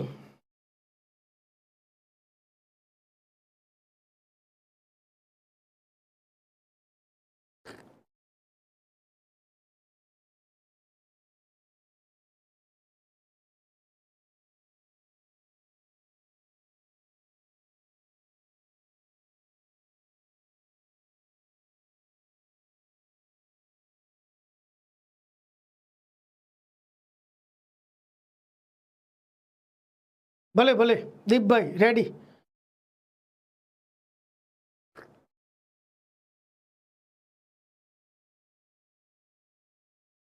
ચલો, તો મુર્રાજે સૈનિકોને વાત કરી કે ભાઈ મુંજ આબુ પહોંચે પહેલા આપણે આબુ જતું રહેવાનું છે, અને ધારો કે મુંજ આબુ આવ્યો, એને તો ખ્યાલ જ નહીં હોય કે આપણે આબુમાં છીએ. જો ધારો કે મુંજ આબુ આવ્યો તો આપણે બધાએ મુંજની સામે ઊભું રહીને કહેવાનું છે ઉલ્લુ બનાયા બડા મજા આયા. એમ કરીને સાહેબ મુર્રાજે આબુ ઉપર આક્રમણ કર્યું છે. નંબર 3, મુર્રાજે આબુના રાજા અર્બુદક પર્વત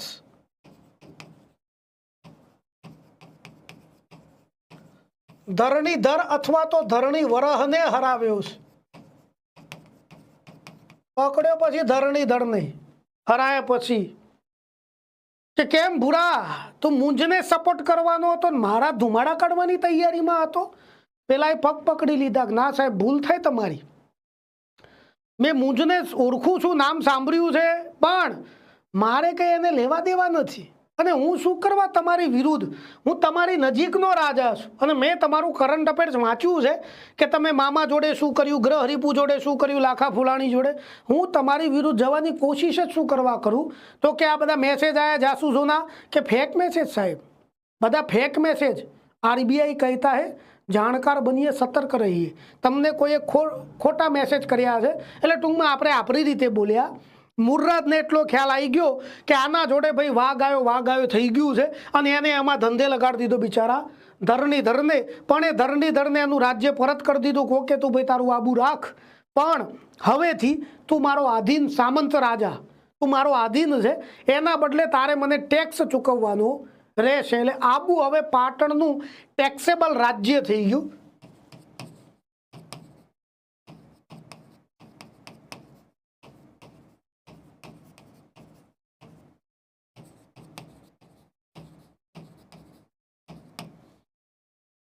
ખંડ્યું રાજ્ય, સામંત પ્રથા જે કહેવાય ને એ થોડી આ છે કે કોઈ રાજાને તમે હરાઈ દો અને હરાયા પછી એને એનું રાજ્ય પાછું આપી દો, પણ અમુક નિયમો માટે બંધાવા એને તૈયાર કરો, અને તમારે આધીન રહે. જ્યારે પણ જરૂર પડે તમે એને મદદ કરો, એ તમને કરે. તમે પછી એના ઉપર ક્યારે આક્રમણ ન કરો, એ દર વર્ષે કંઈક રકમ ચૂકવે કાં તો કંઈક આપે.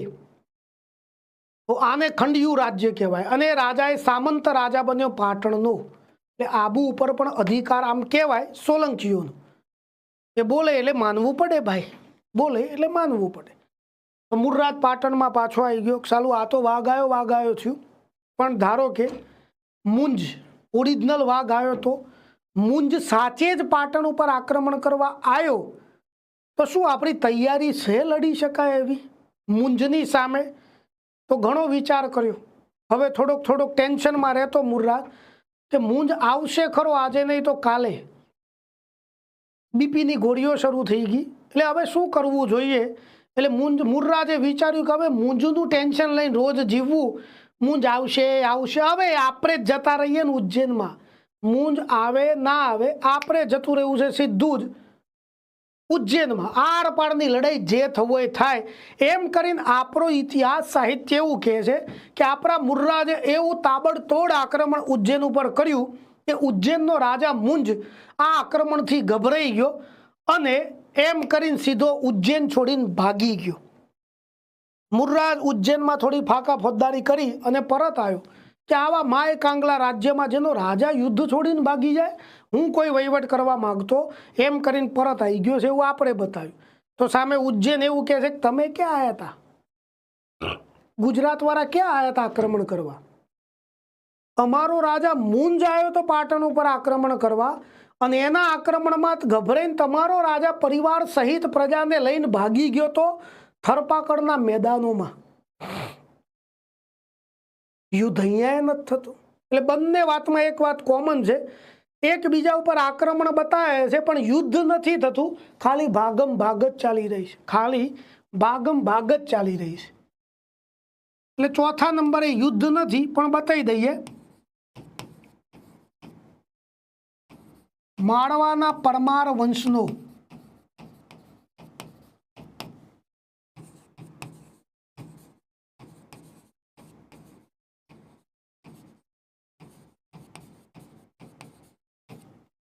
રાજા મુંજ એટલે કે પૃથ્વી વલ્લભ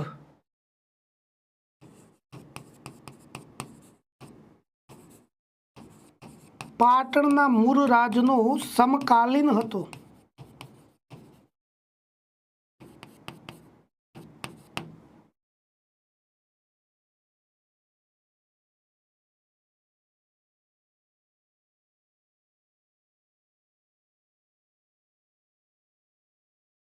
ચલો, એટલે સમકાલીન વાત સરખા સમયના, સમકાલીન એટલે એક જ સમયમાં થઈ ગયા એવું બતાવવાનું. આમાં આપણા રાજા જીતે એવું આપણે વધુ માનશું, બાકી લડ્યા નથી, કન્ફર્મ થઈ ગયું હશે. પૃથ્વી વલ્લભ આખી નવલકથા છે જે મુનશી સાહેબે લખેલી છે.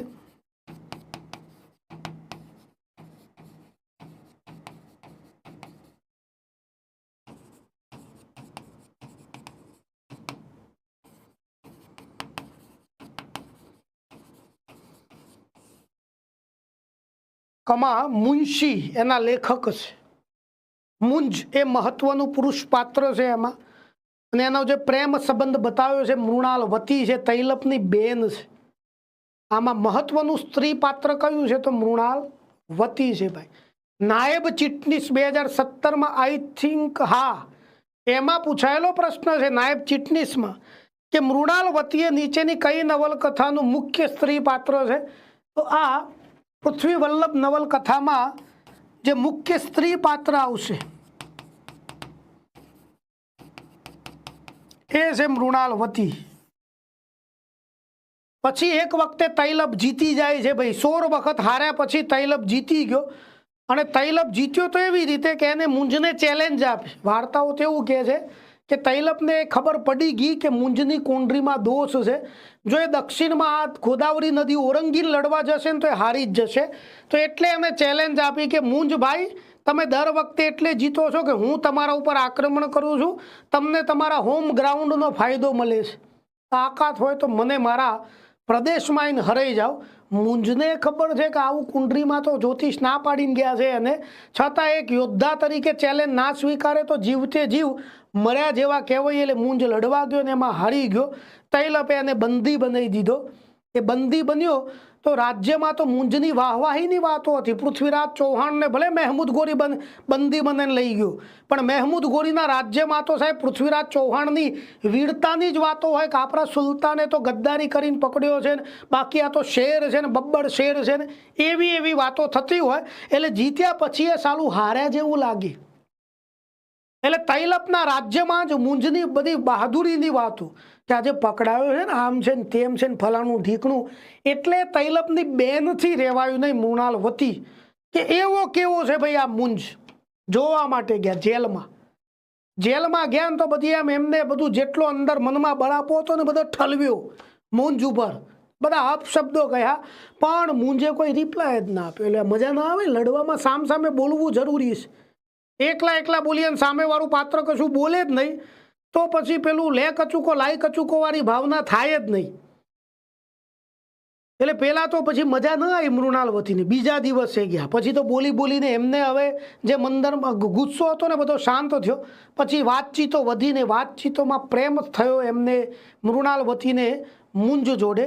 અને એક વખતે પછી જેલરને ખબર, જેલ ખાતું સંભાળતો હતો એ જેલરને ખબર, પણ એમને શરૂઆતમાં એમ કે તો આવે છે ને બોલીને જાય છે, ઠીક, શું વાંધો છે. પણ એક વખતે તો ખ્યાલ આવી ગયો કો આ તો આખું ચેપ્ટર અલગ લેવલે શરૂ થઈ ગયું છે. અને પછી મૃણાલવતી મુંજને ભગાડીને એક દિવસ જવાનું આયોજનમાં હતા. એટલે જેલરને એમ કે સાલું હવે જો હું નહીં બોલું અને મુંજ ભાગી ગયો તો આપણી કસરત થઈ જાય, આપણું આઈ બને બરાબરનું. એટલા માટે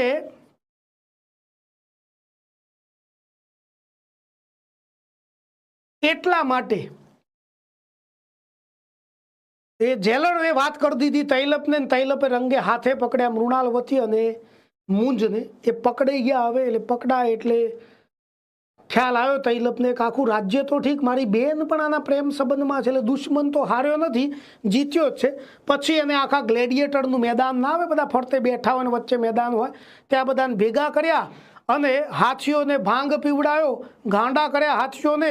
એ હાથીઓ દોડાયા, એ તો અંદર લડતા હતા હાથીઓ ગાંડા થઈને, પણ વચ્ચે મૂકી દીધો આખે પટ્ટે બાંધીને મુંજ. અને એ હાથીઓની લડાઈમાં પગ નીચે કચડી નાખવામાં આવ્યો ગ્રેટ યોદ્ધા મુંજને. એના ઉપરથી એક કવિતા છે, મેદાનના જે પ્રસંગો ઘટ્યા ને એમાં પૃથ્વી વલ્લભ કેમ ખંચાયો. એટલે આ મૃણાલવતી નામનું એક સ્ત્રી પાત્ર કહેવાય છે કે મુનશી સાહેબે ઉપજઈ કાઢેલું, પણ જે હોય આપણા માટે તો નવલકથાનું પાત્ર છે.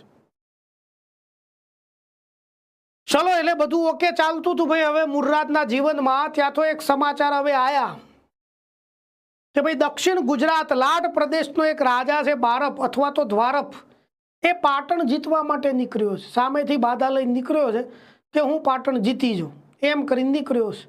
મુર્રાજ કે ભલે ભાઈ આવવા દો, બારપ આવે દ્વારપ આવે જે આવે આપણે એને લડી લેવાનું થાય છે એમ કરીને નીકળ્યા છે ભાઈ. ત્યાં જ બીજા સમાચાર આવ્યા કે ભાઈ બારપ તો નીકળ્યો છે લશ્કર લઈને, પણ રાજસ્થાનમાંથી શાકંભરી રાજ્યનો રાજા ચૌહાણ વિગ્રહરાજ પણ લશ્કર લઈને નીકળ્યો છે. એટલે ઉત્તરમાંથી ચૌહાણ, દક્ષિણમાંથી બારપ, વચ્ચે પાટણ, વડાપાવના વડા જેવી પરિસ્થિતિ થઈ ગઈ પાટણની કે સાલું હવે કરવું તો શું કરવું. એટલે મુર્રાજ શરૂઆતમાં પાટણની મોટાભાગની પ્રજાને લઈ અને કંથકોટના ડુંગરોમાં જઈને છુપાઈ ગયું, પણ એને ખ્યાલ આવ્યો કે આ રીતે છુપાવાથી કંઈ આઉટપુટ નહીં નીકળે. પેલા 2 જણા આજે આવ્યા છે, કાલે આવી પણ શકે છે, ફરી ભાગતો ફરીશ, મુકાબલો કરવો જરૂરી છે.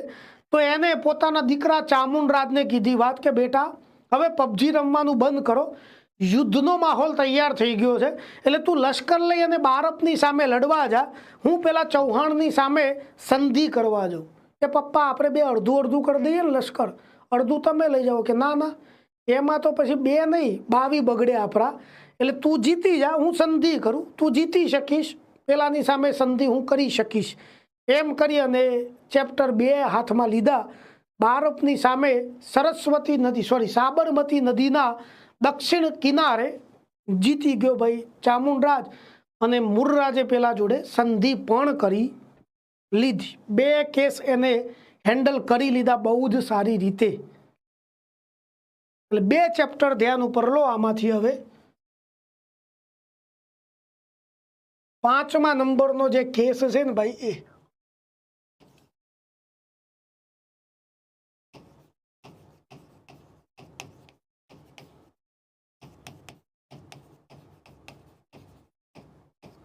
નવસારીકા એટલે હાલનું જે નવસારી છે ને એ, નવસારીકા એટલે હાલનું જે નવસારી છે ને ભાઈ એ, લાટ એટલે દક્ષિણ ગુજરાત કહેવાય.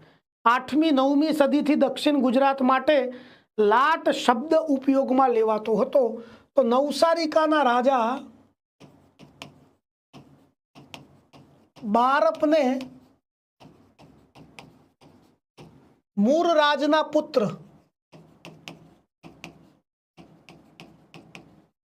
ચામુંડરાજે સાબરમતી નદી કિનારે હરાવ્યો.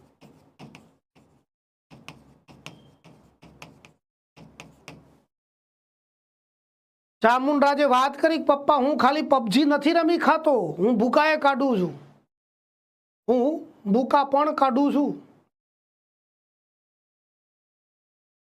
આ વાત એમને કરી છે.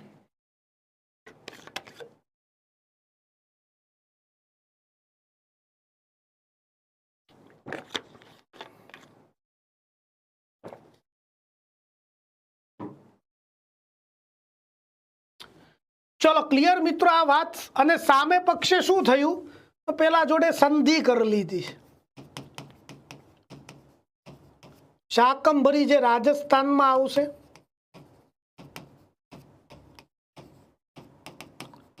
ના ચૌહાણ રાજા વિગ્રહરાજ સાથે મુરરાજે સંધિ કરી.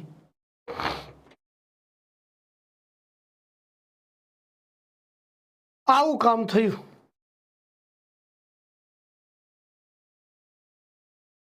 રેડી ભાઈ, આ 6 પ્રકરણ છે મુરરાજ સોલંકી સાથે જોડાયેલા. જીત્યો છે, ક્યાંક મેચ ડ્રો ગઈ છે પણ હાર્યો નથી, જીત્યો છે.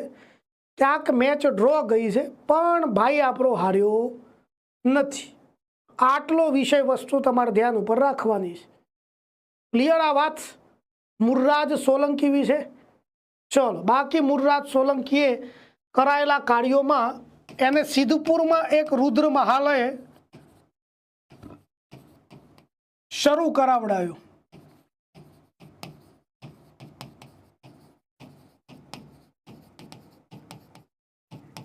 એને પૂર્ણ ન કરી શક્યો.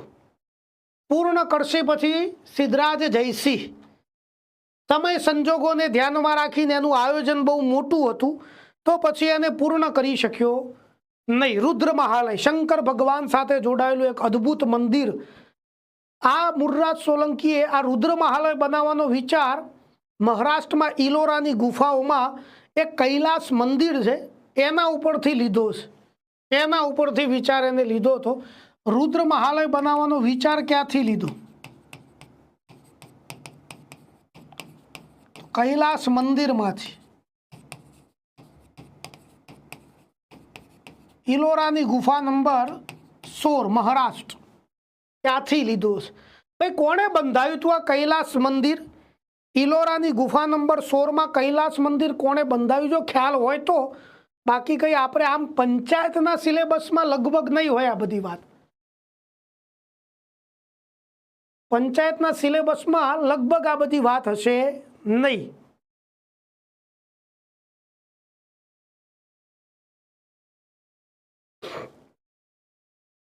બરાબર છે. રાષ્ટ્રકૂટ વંશનો એક રાજા થઈ ગયો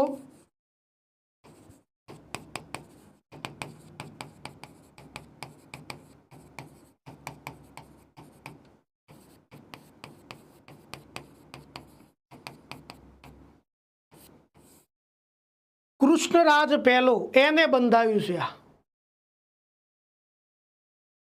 કૃષ્ણરાજ પહેલો. અને ભારતમાં આવેલા તમામ ગુફા મંદિરોમાં સૌથી મોટું ગુફા મંદિર આ છે. એ જ સિદ્ધપુરમાં. જો કે મુરરાજે પાટણમાં શ્વેતાંબર અને દિગંબર બે પંથ માટેના મંદિર પણ બંધાયા હતા. પાટણમાં એને બે પંથ માટે દેરાસરો બનાવ્યા છે, પણ એની એટલી બધી જરૂરિયાત નથી. રુદ્ર મહાલય મહત્વની વાત છે. બાકી સિદ્ધપુરમાં અગ્નિ પ્રવેશ દ્વારા મુરરાજનું મૃત્યુ થયું.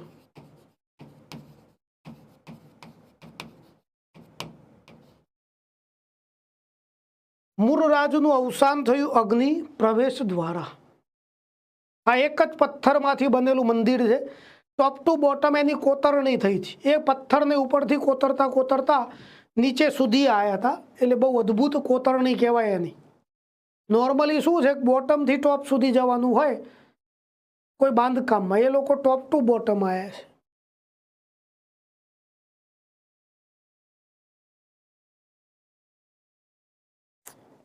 જય દ્વારકાધીશ દોસ્ત. તો મુરરાજ સોલંકી વિશેનો કાર્યક્રમ મિત્રો પૂરો થયો. એના પછી સત્તામાં આવ્યો છે હવે ચામુંડ રાજ. બીજા નંબરનો રાજા ચામુંડ રાજ.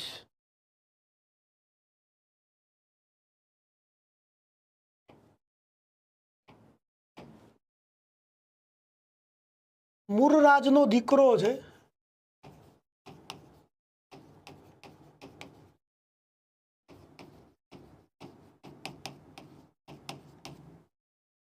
એ સત્તામાં આવ્યો છે.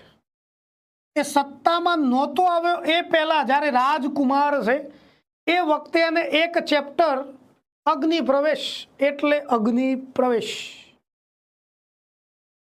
અગ્નિમાં પ્રવેશ લેવો. એને સુસાઇડ ના કહેવાય. તમારું કહેવાની વાત હું જરા સમજી ગયો કે અગ્નિ પ્રવેશ કેમ કરવાનો. તો ઉત્તર ભારતના રાજાઓમાં, ક્ષત્રિય શાસકોમાં એવી એક પરંપરા જેવું સેટ થયું હતું પ્રાચીન મધ્યકાલીનમાં. કેવું લાગે કે જીવનમાં હવે આપણે રાજા બની અને જે કામ કરવાનું હતું એ કરી લીધું છે, ઉંમરના એક પડાવે પહોંચ્યા હોય, પછી એમ લાગે કે એના પછી કોઈ તૈયાર થઈ ગયેલો છે રાજ્ય સંભાળવા, તો પછી રીબાઈને મરવું, ખાટલે પડવું, ઉંમરના લીધે મરી જવું અને રાજામાં સિંહની જેમ જીવ્યા હોય સાહેબ, જ્યારે જીવ્યા હોય ને ત્યારે એના કરતાં મસ્ત શાંતિથી મોત લઈ લેવું, એના માટે કાં જળ સમાધિ લેતા કાં તો અગ્નિ પ્રવેશ કરતા. ભાઈ ઓકે, આપણો હેતુ પૂરો થઈ ગયો છે એટલે જળ સમાધિ કાં અગ્નિ પ્રવેશ કરી લેતા.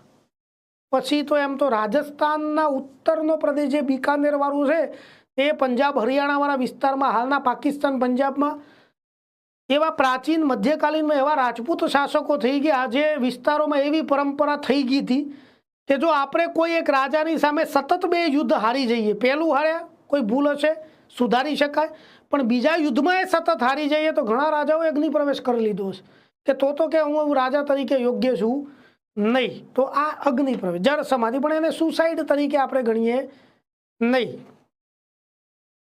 મુર્રાજ સોલંકી 20 વર્ષનો હશે ને સત્તામાં આવ્યો છે. 55 વર્ષ સુધી તેને શાસન કર્યું છે, એટલે 75 વર્ષનો થયો છે. પછી એને એવું લાગ્યું હશે કે ભાઈ મારો દીકરો ચામુંડ એ વહીવટ હવે સંભાળી શકશે, એટલે બેટર છે કે એને દઈ દેવું.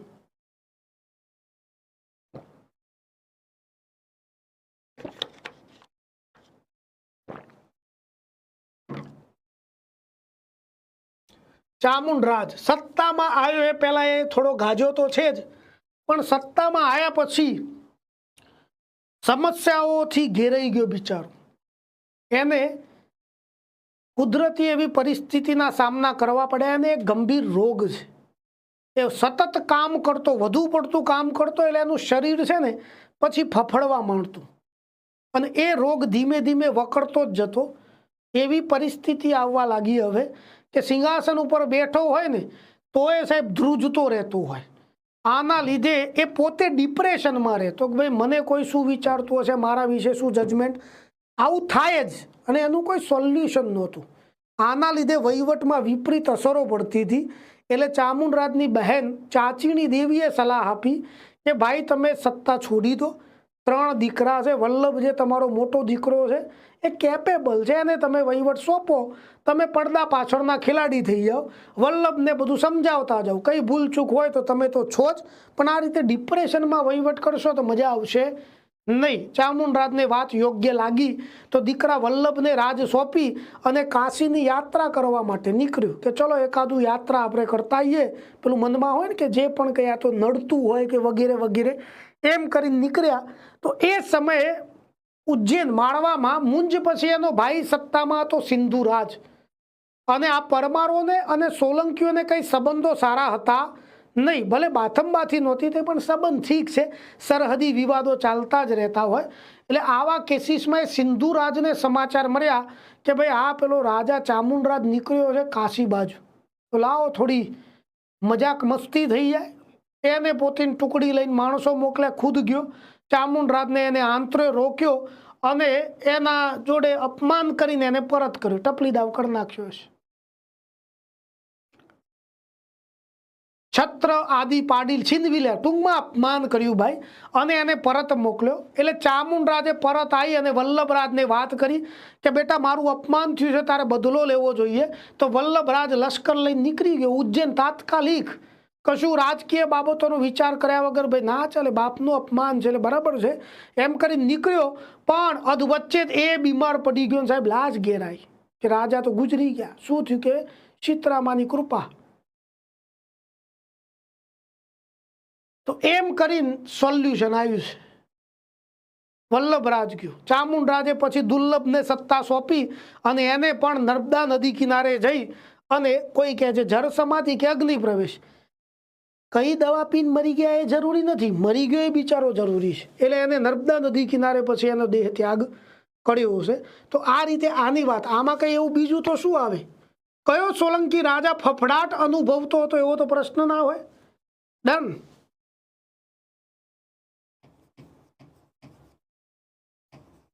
કાશીની યાત્રા કરવા જતા સમયે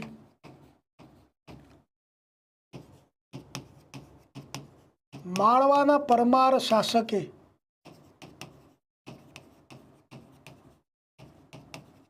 સિંધુરાજે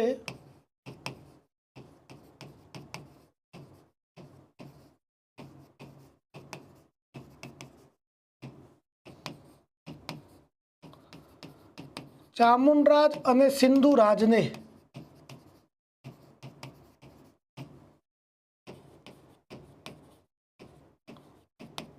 સંઘર્ષો થતા રહેતા. પૂછે તો સમકાલીન એ બેસ પાટણના કયા રાજાને માળવાના સિંધુરાજ જોડે સંઘર્ષો થતા? ચામુંડરાજને. અરે એકાદું ઇતિહાસકારે તો એવું બતાવી દીધું છે કે ચામુંડરાજે ભૂતકાળમાં હરાયો તો પેલા સિંધુરાજને. એટલે જ ચામુંડરાજ જ્યારે નીકળ્યો કાશીની યાત્રા માટે તો બદલો લેવા, કારણ કે યાત્રા હોય એટલે કે વિશાળ ફોજ લઈને તો હોય નહીં, એ બદલો લેવા એને એનું અપમાન કર્યું હતું એવું કહેવાય છે. તો ટૂંકમાં જે હશે ચામુંડરાજની વાત આવી જઈ અને છેવટે નર્મદા નદી કિનારે એને અગ્નિ પ્રવેશ કર્યો છે.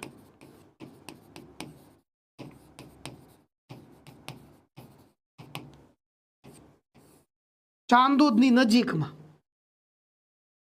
ચાંદોદની નજીકમાં.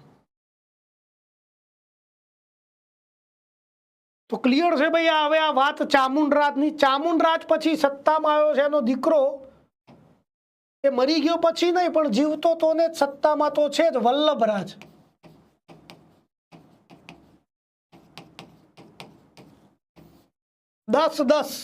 બસ 6 મહિનાની સત્તા હતી વલ્લભરાજની, પણ એનું કઈ વિશેષ કામ છે નહીં.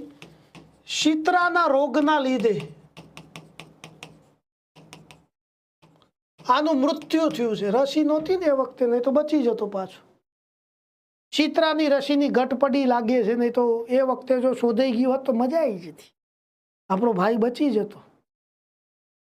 વલ્લભરાજના બિરુદ, એની સાથે જોડાયેલા 2 મહત્વના બિરુદ છે. એક બિરુદ છે રાજ મદન શંકર અને બીજું એક બિરુદ છે જગત જંપણ અથવા તો જગ જંપણ. જગ ને જગત એક જ થયું.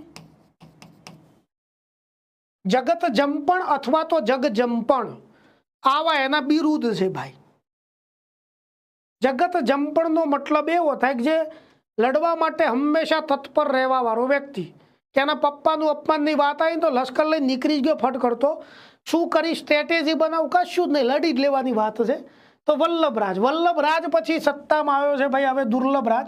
ચાર્ટ આપણે દોરેલો છે એટલે તમને ખ્યાલ આવશે જો જે લોકોએ એ વાત નોંધી છે. તો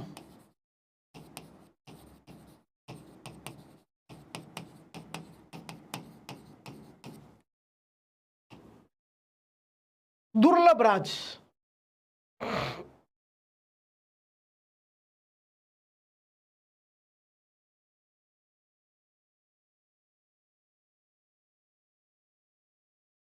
ચલો હવે દુર્લભરાજના અમુક વ્યવસ્થિત કામ છે. આ માણસે પાટણમાં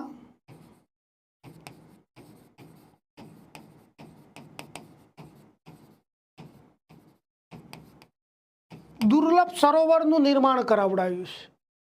એનું નામ દુર્લભરાજ છે. જો કે એની પત્નીનું નામે દુર્લભ દેવી છે. આખું કપલ દુર્લભ છે, દીકરો નથી એમને. નહીં તો બધા માર્કેટમાં અતિ દુર્લભ કહેતા કે તારા તો મમ્મી પપ્પા 2 દુર્લભ છે. તો દુર્લભ મમ્મી પપ્પાનો એ દીકરો કે સંતાન, તો તું તો અતિ દુર્લભ થયો બુરા. તો આ એને દુર્લભ સરોવરનું નિર્માણ કરાવ્યું હતું. જે સરોવરને મોડિફાઈડ કરીને જ એ જ જગ્યાએ પછી સિદ્ધરાજ જયસિંહ સહસ્ત્રલિંગ સરોવરનું નિર્માણ કરાવડાવશે. એ સિવાય એને પાટણમાં રાજમદન પ્રાસાદ કરાવ્યું.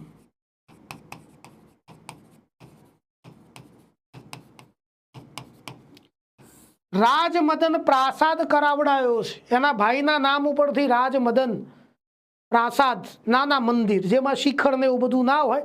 ગામમાં આપણે બળિયાદેવની નાની નથી હોતી કે ભાઈ અમારા ડેરી છે બળિયાદેવની ડેરી, એ રીતનું હોય. આવા 50-55 પ્રાસાદ પાટણમાં બન્યા હતા ખાલી સોલંકી કાળમાં, અત્યારે નથી કોઈ. એ સિવાય એને 7 માળના ધવલ ગૃહનું નિર્માણ પણ કરાવડાયું હતું.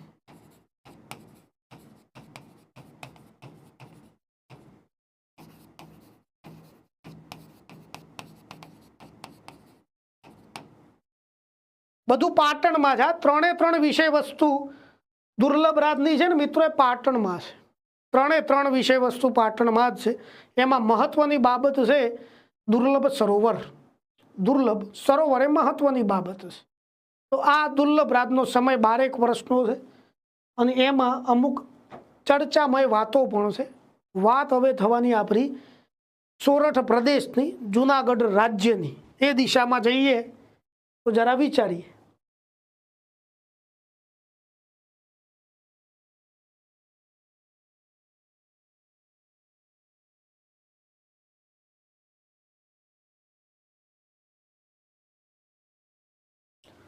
દુર્લભ રાજ જ્યારે સત્તામાં છે ત્યારે સોરઠમાં વંથલીમાં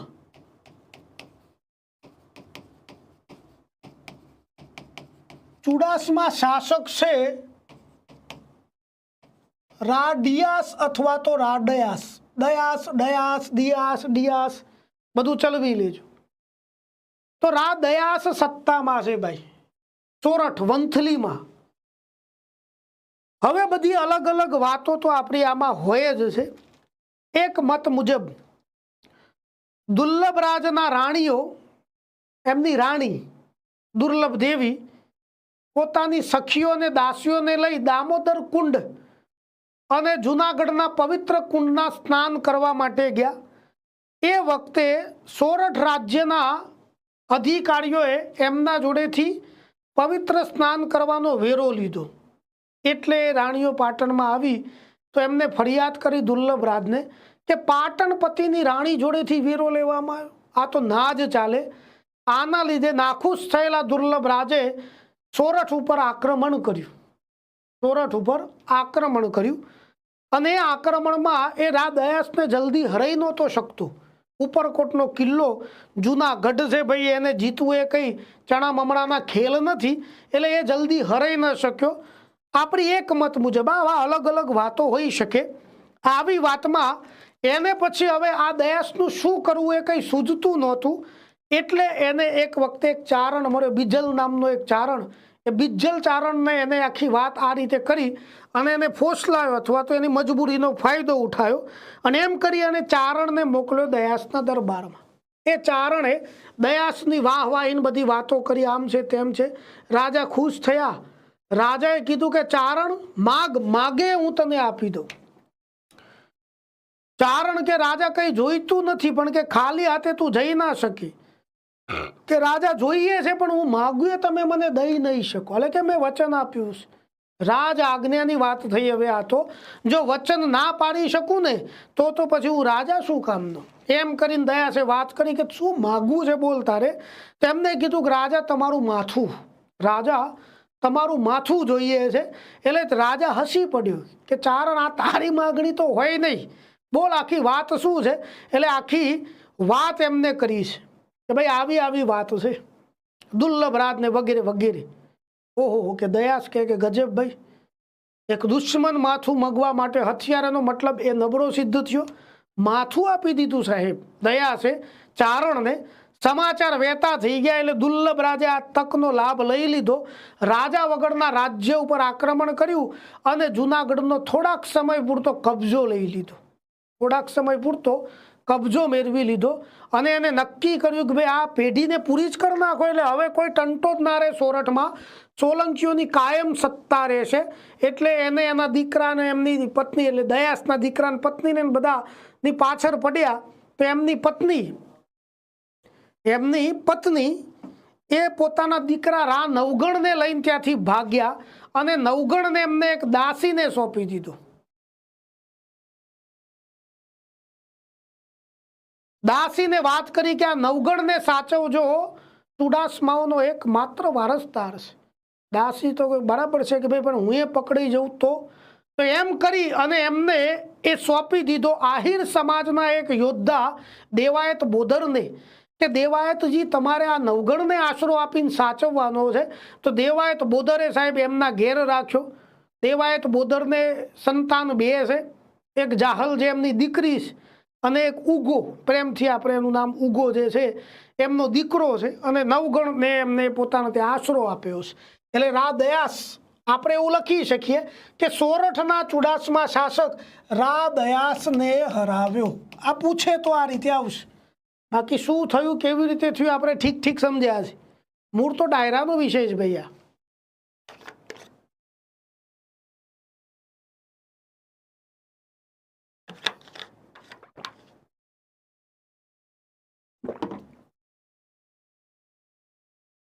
અને એ રા ડયાસનો જે પુત્ર હતો એનું નામ છે રા નવગણ. પણ આ નવગણ છે ને પહેલો નવગણ, પછી એ નવગણ થયા છે. અને એ રા નવગણને આશરો આપનાર વ્યક્તિ, સાચવનાર વ્યક્તિ, ચુડાસમા કુળ સાચવ્યો કહેવાય આ ભાઈ, એ શ્રી દેવાયત બોદર.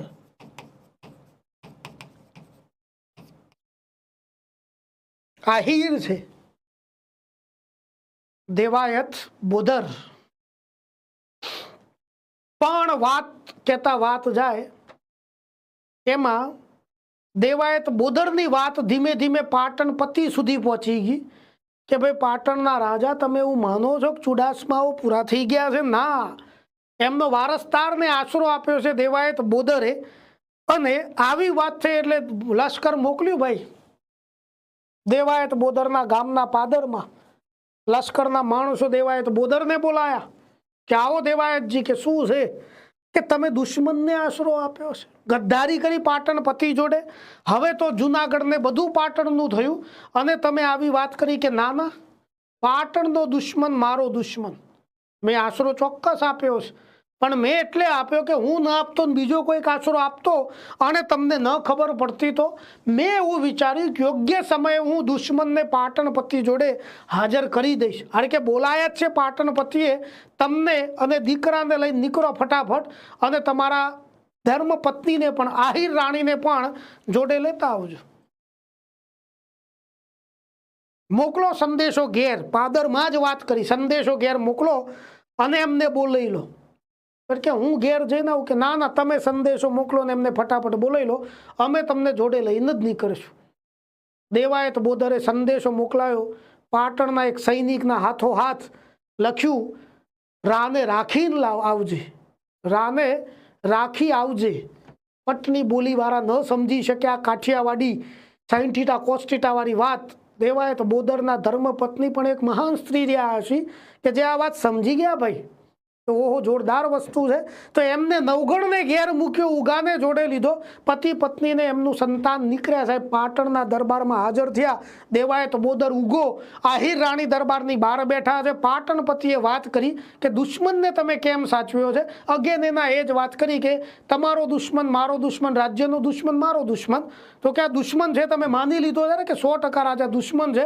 કે દેવાયતજી તલવાર કાઢો અને આ દુશ્મનનું માથું જુદું કરી નાખો. સાહેબ દેવાયતે પોતાના જ સગા દીકરાનું માથું પાટણના દરબારમાં જુદું કરી નાખ્યું. પણ દુર્લભરાજ માનવા તૈયાર નથી કે ભાઈ આ તો યોદ્ધો છે, એ કઠોર નિર્ણય લઈએ શકે છે.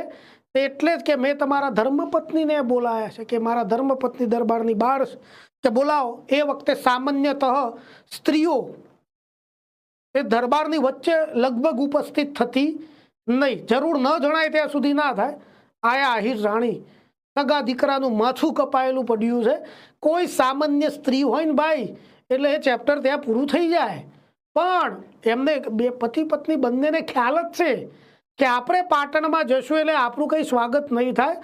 અપમાન અને ઘોર અપમાન સહન કરવાના, કઠોર નિર્ણય લેવાની આપણી તેવડ હોય તો જ જવાનું છે. એમ કરીને એમને જોયા કે બોલો આહિર રાણી, માથું જે નીચે છે કે દુશ્મનનું માથું છે. ઓહો, કે દુશ્મન તમે માનો છો? તો કે કામ કરો, તમારા હાથોથી જ એની આંખો કાઢી નાખો ને પગ નીચે કચડીને નીકળી જાઓ તો હું આજે પાટણપતિ માનું. તો સાહેબ એ સ્ત્રીએ એ સમયે સંસારનું સૌથી અશક્ય કામ પણ એમને કરી બતાવ્યું.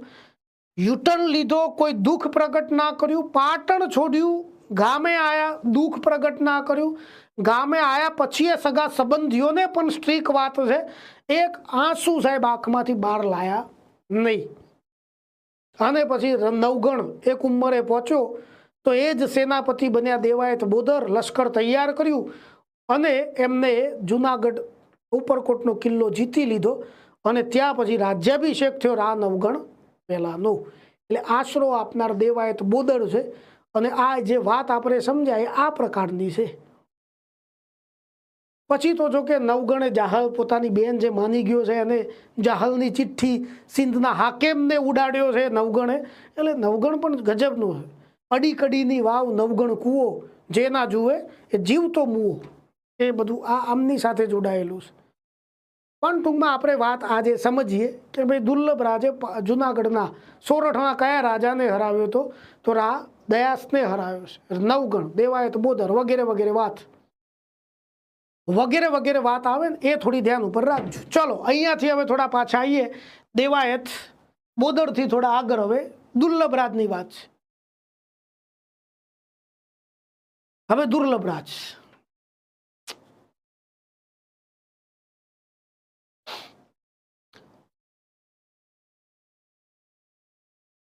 સરસ.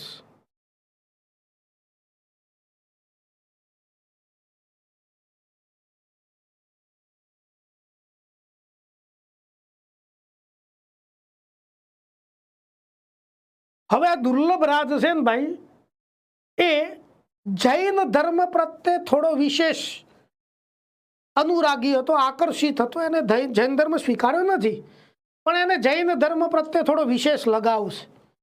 અને એમાં જૈન ધર્મનો એક સિદ્ધાંત હતો અનેકાંત મત. અનેકાંત મત, એ અનેકાંત મત વિશે એને થોડો વિશેષ પ્રેમ છે. એનાથી માનતો હતો એમ કે આ સિદ્ધાંત, જો કે અનેકાંત મત એવું નહીં કે રાજા માટે, સંસારમાં કોઈ પણ સિદ્ધાંત, કોઈ પણ ધર્મના સિદ્ધાંત તો જોરદાર જ હોય. તો હવે આ વાતને થોડી તમે સાઈડ લાઈન કરજો અને ત્યાંથી થોડી આગળ. દુર્લભ રાજ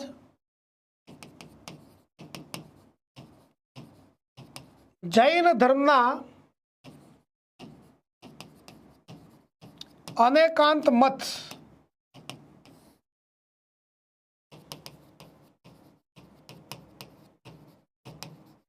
સિદ્ધાંતને ખૂબ માનતો હતો.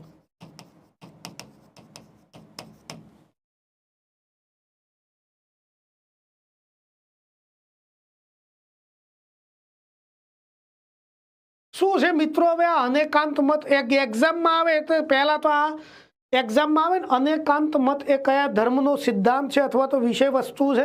એટલે પેપર લાકડા તોડ હશે ને ઇતિહાસમાં એવું સમજી લેવા. જૈન ધર્મમાં અનેકાંત મતનો કન્સેપ્ટ એટલે એવો કે કોઈ પણ વ્યક્તિ એના જીવનમાં જે ઘટનાઓ ઘટે, એની સામે જે પણ પરિસ્થિતિ આવે, એને એ તમામ દ્રષ્ટિકોણથી એને જોઈ શકતો હોય, એમાં નિર્ણય લઈ શકતો હોય.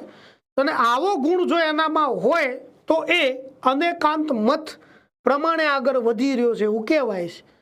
આ બહુ થોડું અઘરું પડી શકે કે ભાઈ આપણી સામે જે પણ બાબત આવે છે અને આપણે એક જ દિશામાં ન વિચારતા એને તમામ બાજુઓથી વિચારીએ, તમામ પહેલુંથી દ્રષ્ટિકોણથી જોવાનો ગુણધર્મ હોય તો એને અનેકાંત મતનો સિદ્ધાંત કહેવામાં આવે છે. જૈન ધર્મમાં તો એક હાથીની વાત પણ બતાવવામાં આવી છે કે ભાઈ હાથીનું પૂતરું છે અને આંખે પટ્ટી બાંધીને અથવા તો અંધ લોકો જે હોય એ જોવે, સ્પર્શે પછી જજમેન્ટ આપે. તો કોઈ પૂંછડું પકડે તો કે કંઈ દોરડું છે, પગ પકડે તો કોઈ થાંભલો છે, પેટ ઉપર હાથ ફેવરે તો કે દિવાલ છે. મતલબ જે અંધ છે, અજ્ઞાની છે, એ સમાજને આવી રીતે જ જોશે, જે એને લાગે એ જ બોલશે. પણ જે જ્ઞાની છે અથવા તો જે દેખતો છે એવું બતાવ્યું કે શું છે કે આ તો હાથીની પ્રતિમા છે. એટલે જે બધું જ જોઈ શકે છે એ ચોક્કસ નિર્ણય કરશે અથવા તો એ સત્ય બાજુ આગળ વધશે. આ સિદ્ધાંતને કહેવાય છે અનેકાંત મત. તો એમાં માનતો હતો. અને ચલો એક વાત એ છે કે જૈન ધર્મ પ્રત્યે થોડો વિશેષ આકર્ષિત છે. આના લીધે જૈન મુનિઓ જોડે પણ એને સારા એવા સંબંધો રહેતા. જૈન ધર્મનો માહોલ પણ સારો. જ્યારે રાજા કોઈ ધર્મ પ્રત્યે વિશેષ પ્રેમ ભાવ ધરાવતો હોય તો એના ડેવલપમેન્ટના ચાન્સીસ થોડા વધીએ જાય. પણ કોઈક વખતે એના ડિસએડવાન્ટેજ એવા થાય કે એ ધર્મના સાધુ સંતો જે મેસેન્જર છે, ઉપદેશકો છે, એ આવી કૃપા દ્રષ્ટિનો મિસયુઝ પણ કરી શકે છે. ભાઈ ઓ રાજા તો આપણો છે, મોજ કરો, આપણને કંઈ ફરક નહીં પડે, એવું બની શકે. અને એવું થોડું થયું જૈન ધર્મમાં. સામાન્યતઃ જૈન ધર્મમાં છે ને ડખા થોડા ઓછા જોવા મળશે, પણ અહીંયા થોડાક દેખાયા. અને એટલે જ એક મુનિ હતો જીનસિંહ સુરી, એ દુર્લભરાજના દરબારમાં આવ્યો અને એમને દુર્લભરાજને વાત કરી કે રાજા, તમે અમારા ધર્મ પ્રત્યે સારી કૃપા દૃષ્ટિ છે, જોરદાર બાબત છે, પણ એ કૃપા દૃષ્ટિનો મિસયુઝ અમારા અમુક મુનિઓ કરી રહ્યા છે, જેના લીધે ધર્મને તો સંકટ છે જ, પણ તમારા જોડે પણ અમે ખોટું કરી રહ્યા છે એવું મને લાગે છે. એટલે આ બાબતમાં જો તમે સુધારો. રાજા ખુશ થઈ ગયા કે આવા જૈન મુનિઓ હોય ને તો કોઈ પણ સંતો હોય તે ધર્મને ક્યારે નુકસાન ન થાય. રાજાએ સુધારા તો કર્યા જ, અને એ જૈન મુનિને ખડતર નામનો ખિતાબ પણ આપ્યો, ખડતર. અને એ જૈન મુનિએ પછી એ ખડતરમાંથી ગચ્છ ખડતર નામની એક જૈન ધર્મમાં શાખા પણ શરૂ કરી. એટલે આપણે સીધી વાત કરીએ કે દુર્લભ રાજે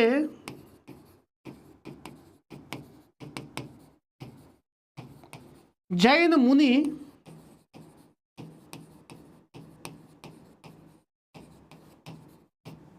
જીનસિંહ સુરીને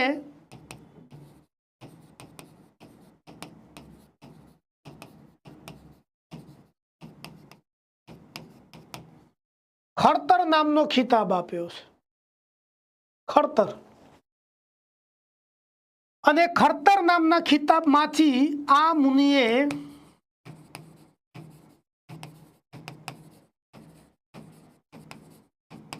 જૈન ધર્મમાં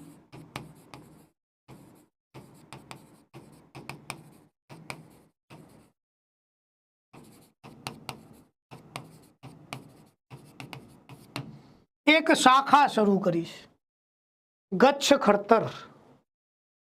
એક શાખા એમને શરૂ કરી છે.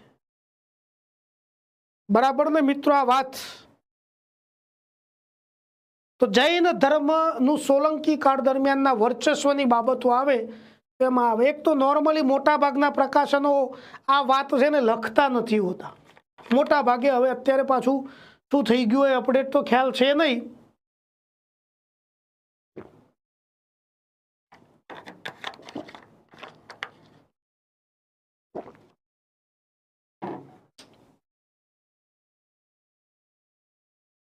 ચલો તો મિત્રો, દુર્લભરાજનો કાર્યક્રમ પૂર્ણ થયો છે. દુર્લભરાજ પછી હવે આપણે જઈએ ભીમદેવ પહેલા તરફ. ભીમદેવ પ્રથમ તરફ આપણે આગળ વધીએ.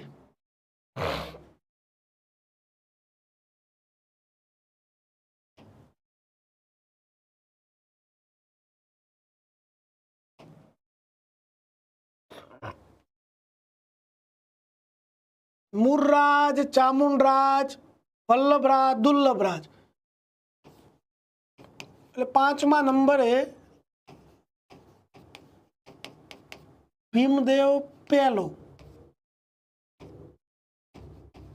1022 થી 1064 સુધીનો સમય છે. આ ભીમદેવ પહેલાનો સમયગાળો છે. એના પિતાનું નામ છે નાગરાજ. નાગરાજનો દીકરો છે. દુર્લભરાજનો પણ નાનો ભાઈ એટલે નાગરાજ, એ નાગરાજનો દીકરો ભીમદેવ સત્તામાં આવ્યો છે. એક રાજા તરીકે બહુ શ્રેષ્ઠ છે આ વ્યક્તિ. જે રાજામાં ગુણો હોવા જોઈએ બધા આનામાં છે. વહીવટનો કુશળ છે, સારો એવો ન્યાયી છે, યોદ્ધો છે, પ્રજાનું ધ્યાન રાખવા વાળો છે. એટલે બધી દ્રષ્ટિએ એક જોરદાર છે ભાઈ આ ભીમદેવ પહેલો. પણ સત્તામાં આવતાની સાથે જ એક સંકટ એના ઉપર આવી ચડ્યું છે. એક તો પહેલા આને ઇતિહાસમાં ભીમ બાણાવળી કહેવાય છે.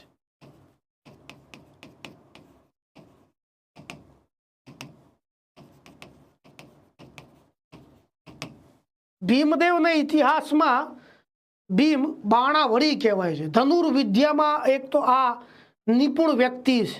બીજા રાજાઓએ બાણ તો ચલાવતા જ હોય, પણ આ થોડો ગોલ્ડ મેડાલિસ્ટ જેવો છે. આને ધનુર્વિદ્યામાં વિશેષ જ્ઞાન હશે. બાહુબલીની જેમ એક સાથે આ 3 બાણ પણ છોડી શકતો હશે. પેલું નતું બાહુબલી જોયું હોય ને, રાજકુમારી, નાધવે, મણિબંધમ, બહિર્મુખમ, તેજા. આર કેવી શોર્ટકટ લાવે બોલો. હવે બાહુબલી જેવો કોઈ ફેકલ્ટી આવી જાય ને તો બધું આ 15 મિનિટમાં સિલેબસ પૂરો કરી નાખે. કે મિત્રો સોલંકી વંશમાં શું, તો નાધવે, મણિબંધમ, બહિર્મુખમ, ABCDE પૂરું આવું બતાવ્યું એમ. તો આ એ કરી શકતો હશે એક સાથે 3 બાણ। ચલો, જેવો સત્તામાં આવ્યો છે એવી કર્મની કઠણાઈ ગુજરાત ઉપર આક્રમણ કરવા આવ્યા છે મહેમૂદભાઈ ગજનવી। Welcome to Goa Singham. મહેમૂદ ગજનવી આવ્યો છે ભાઈ। ક્યાંનો છે સુલતાન ભાઈ આ ગજનવી? કયા દેશનો, હાલના કયા દેશમાંથી આવ્યો તો મહેમૂદ ગજનવી?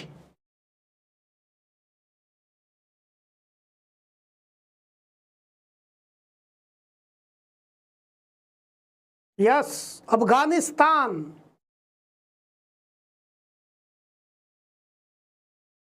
અફઘાનિસ્તાનના ગજના પ્રાંતમાંથી આવેલો આ ઇન્ટરનેશનલ લૂંટારો છે। એના પપ્પા લૂંટારા છે, એના દાદા લૂંટારા છે, તો પછી આ સંત થઈ જશે એવી આશા રખાય નહીં। અને એને લૂંટ્યું છે, એના પપ્પા લૂંટતા એટલા માટે કે એના ગજના પ્રાંતની પ્રજા બહુ ગરીબ હતી, એટલે એને જે મજબૂત રાજ્યો ઉપર આક્રમણ કરીને એમને લૂંટીને આર્થિક દ્રષ્ટિએ મજબૂત લૂંટી અને પ્રજામાં આપી દેતા। ચલો, એમના પપ્પા તો આમ તો થોડા રોબિનહુડ જેવું કામ છે, પણ આ તો મારો બેટો લૂંટવાનો એનો સ્વભાવ થઈ ગયો છે। અને વિશ્વનો પહેલો એવો શાસક છે જેને સુલતાનનું પદ ધારણ કર્યું। હા, સુલતાનના પદની શરૂઆત જ આને કરી હતી। રાજા કોઈ કે, કોઈ બાદશાહ કે, કોઈ સુલતાન કે, કોઈ એકલું શાહ કે, અલગ અલગ નામ બોલી શકાય, પણ એમાં આપણે જે સલ્તનત શબ્દ ભારતમાં ફેમસ છે, ગુજરાતમાં ગુજરાતની સલ્તનત, તેમાં સુલતાનનું પદ ધારણ કરનાર વિશ્વનો પહેલો શાસક આ છે।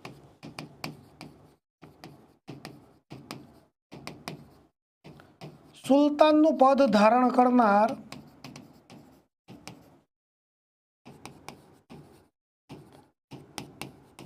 વિશ્વનો પ્રથમ શાસક છે, પહેલો સુલતાન।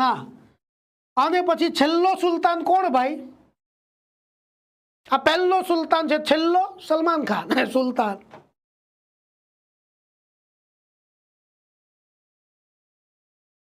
હવે એને પોતે રાજા નહોતો બન્યો, એ પહેલેથી જ ભારતની સંપત્તિ એને આકર્ષી રહી છે, એટલે એને નક્કી જ કર્યું છે કે લૂંટવું તો આરબીઆઈ, એસબીઆઈ, નાની નાની વાતમાં ચકલાચૂંથમાં પડવું નહીં। એટલે એને ભારત ઉપર લગલગાટ 17 આક્રમણ કર્યા છે મહેમૂદ ગજનવી લૂંટારો સાલો। ભારત ઉપર એને 17 વખત આક્રમણ કર્યા છે। હવે આ આંકડો કઈ એવું કન્ફર્મ જ છે એવું નથી, પણ હવે એટલો ચવાઈ ગયો છે કે 17 સિવાય કોઈ હવે બોલી જ ના શકે।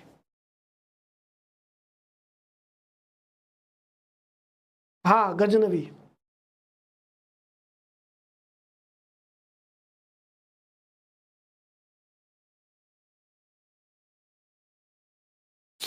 આક્રમણ, એ 17 આક્રમણમાંથી એનું જે 16મું આક્રમણ છે, 1 થી 17માં 16મું જે આક્રમણ હતું એ હતું સોમનાથ ઉપરનું।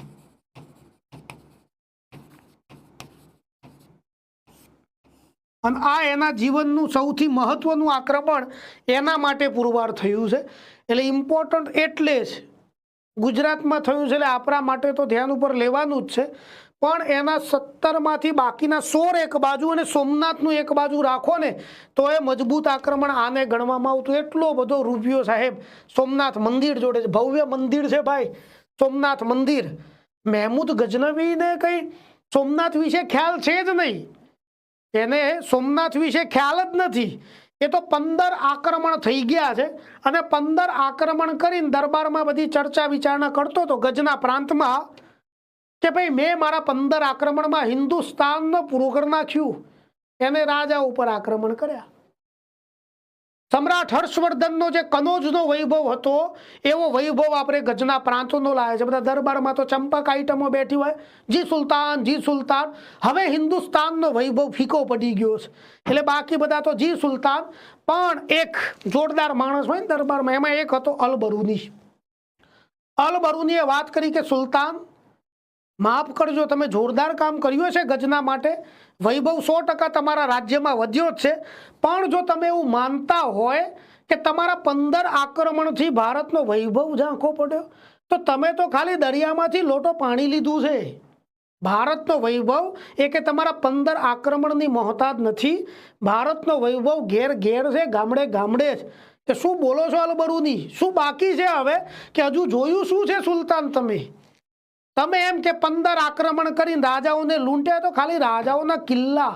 અહીં તો પ્રજા જોરદાર છે, ગામડે ગામડે વૈભવ છે, લોકોના તીર્થ ક્ષેત્રો વૈભવી છે. કે શું બાકી રહી ગયું?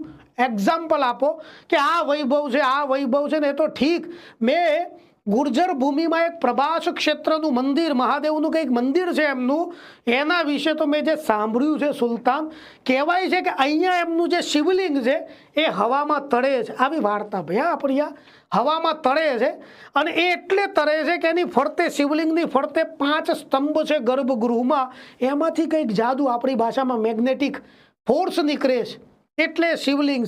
એમાં જો કોઈ અંદર પ્રવેશ કરી લે અને સ્તંભની વચ્ચે અવરોધ આવે તો શિવલિંગ નીચે આવી જાય છે, અવરોધ જતો રહે તો શિવલિંગ પાછું ઉપર આવી જાય છે. અને એટલે કોઈ વારંવાર ઘૂસે નહીં, એટલે સ્તંભની ફરતે એનું પ્રોટેક્શન કરવા 250 મણ સોનાની તો સાંકળનું પ્રોટેક્શન છે. એ સિવાય તો વજન, એટલે પેલો તો લૂંટારો, આને તો વૈભવ કીધો અલબરુનીએ. સોમનાથ મહાદેવનો વૈભવ શું છે? પણ પેલો મારો બેટો લૂંટારો કેલ્ક્યુલેટર લઈને બેઠો હોય તો ફટાફટ ઓહો કે બોલ બોલ બોલ 250 મણ. પછી બીજું કંઈ? એ સોનાની સાંકળ છે તો ઘંટડીઓ લગાવેલી છે તો એ ગણ નાખીએ. એટલે એને ટાર્ગેટ સેટ કર્યો કે હવે લૂંટવા જવું તો ક્યાં જવું? સોમનાથ ઉપર જવું. એટલે સોમનાથ ઉપર આક્રમણ કરવા આવ્યો છે. રોજ ગંગા નદીના જળનો અભિષેક થતો હતો. સોમવાર કાશ્મીરથી જ ધતુરાના ફૂલ આવતા, એ ચડતા મહાદેવને. આવો વૈભવશાળી ઇતિહાસ છે ભાઈ સોમનાથ મહાદેવનો. અને આવ્યો છે હવે મહેમૂદ ભાઈ ગજનવી ગુજરાત ઉપર આક્રમણ કરવા. પણ અહીંયા સુધી આપણે રાખીએ. હવે ગુજરાતમાં ક્યારે આવ્યો, શું થયું, કેમનું થયું, એ હવે આપણે જોઈશું નેક્સ્ટ ટાઈમ, અગલે એપિસોડ में.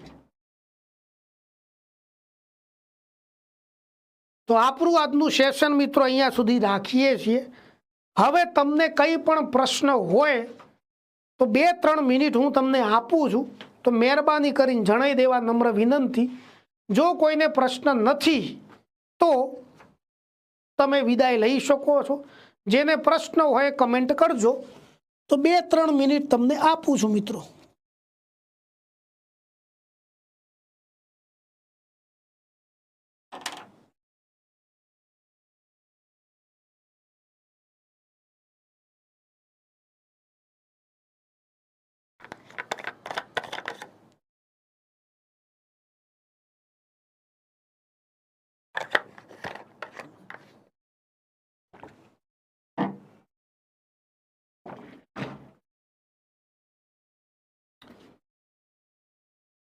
ચલો ભાઈ, હવે હાલ શું, હવે આપણે પેલો સમય થોડો થઈ ગયો છે, એટલે થોડું એ ના કરતા વાંધો, નેક્સ્ટ ટાઈમ જોઈ લઈશું આપણે.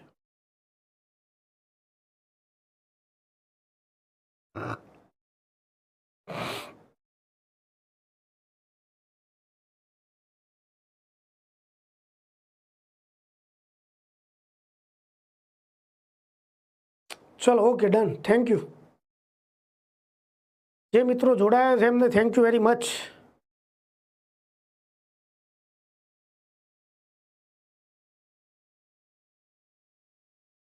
પ્રશ્ન નથી એ લોકો તો જજો, વાંધો નહીં.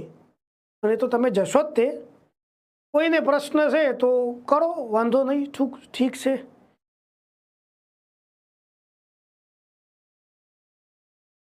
દરેકે દરેક એક્ઝામમાં તમને સોલંકી વંશ આઈએમપી છે જ. અને મેઇન બાબત એ છે કે ભાઈ સોલંકી વંશ વિશે આપણે ઘણું બધું જાણતા હોઈએ છીએ પાછા, પણ એમાં ન જાણતા હોય વિશેષ આપણે એડ કરવાની કોશિશ કરીએ, અને એરર જેટલી દૂર કરીએ એટલું આપણું પ્લસ પોઈન્ટ થશે. આપણે વાત કરી શરૂઆતમાં કે એક્ઝામનું લેવલ દિન પ્રતિદિન હાઈ જઈ રહ્યું છે, એટલે કે એના માટે આપણે કંઈ ગભરાવાની વાત તો નથી. તૈયારીને થોડું આપણે નિખારશું. બધાને કટ ઓફ આવ્યું છે, આપણા વાળા ભાઈઓનું જ આવ્યું છે, એમાંથી જ આપણે છીએ, તો બસ આપણે થોડી તૈયારીને થોડી એનો હાઈપ થોડો વધારીએ તો સારું કામ થાય. એમ કહેવાનો મતલબ એવો છે કે થોડું વિશેષ આપણું કામ થઈ શકે.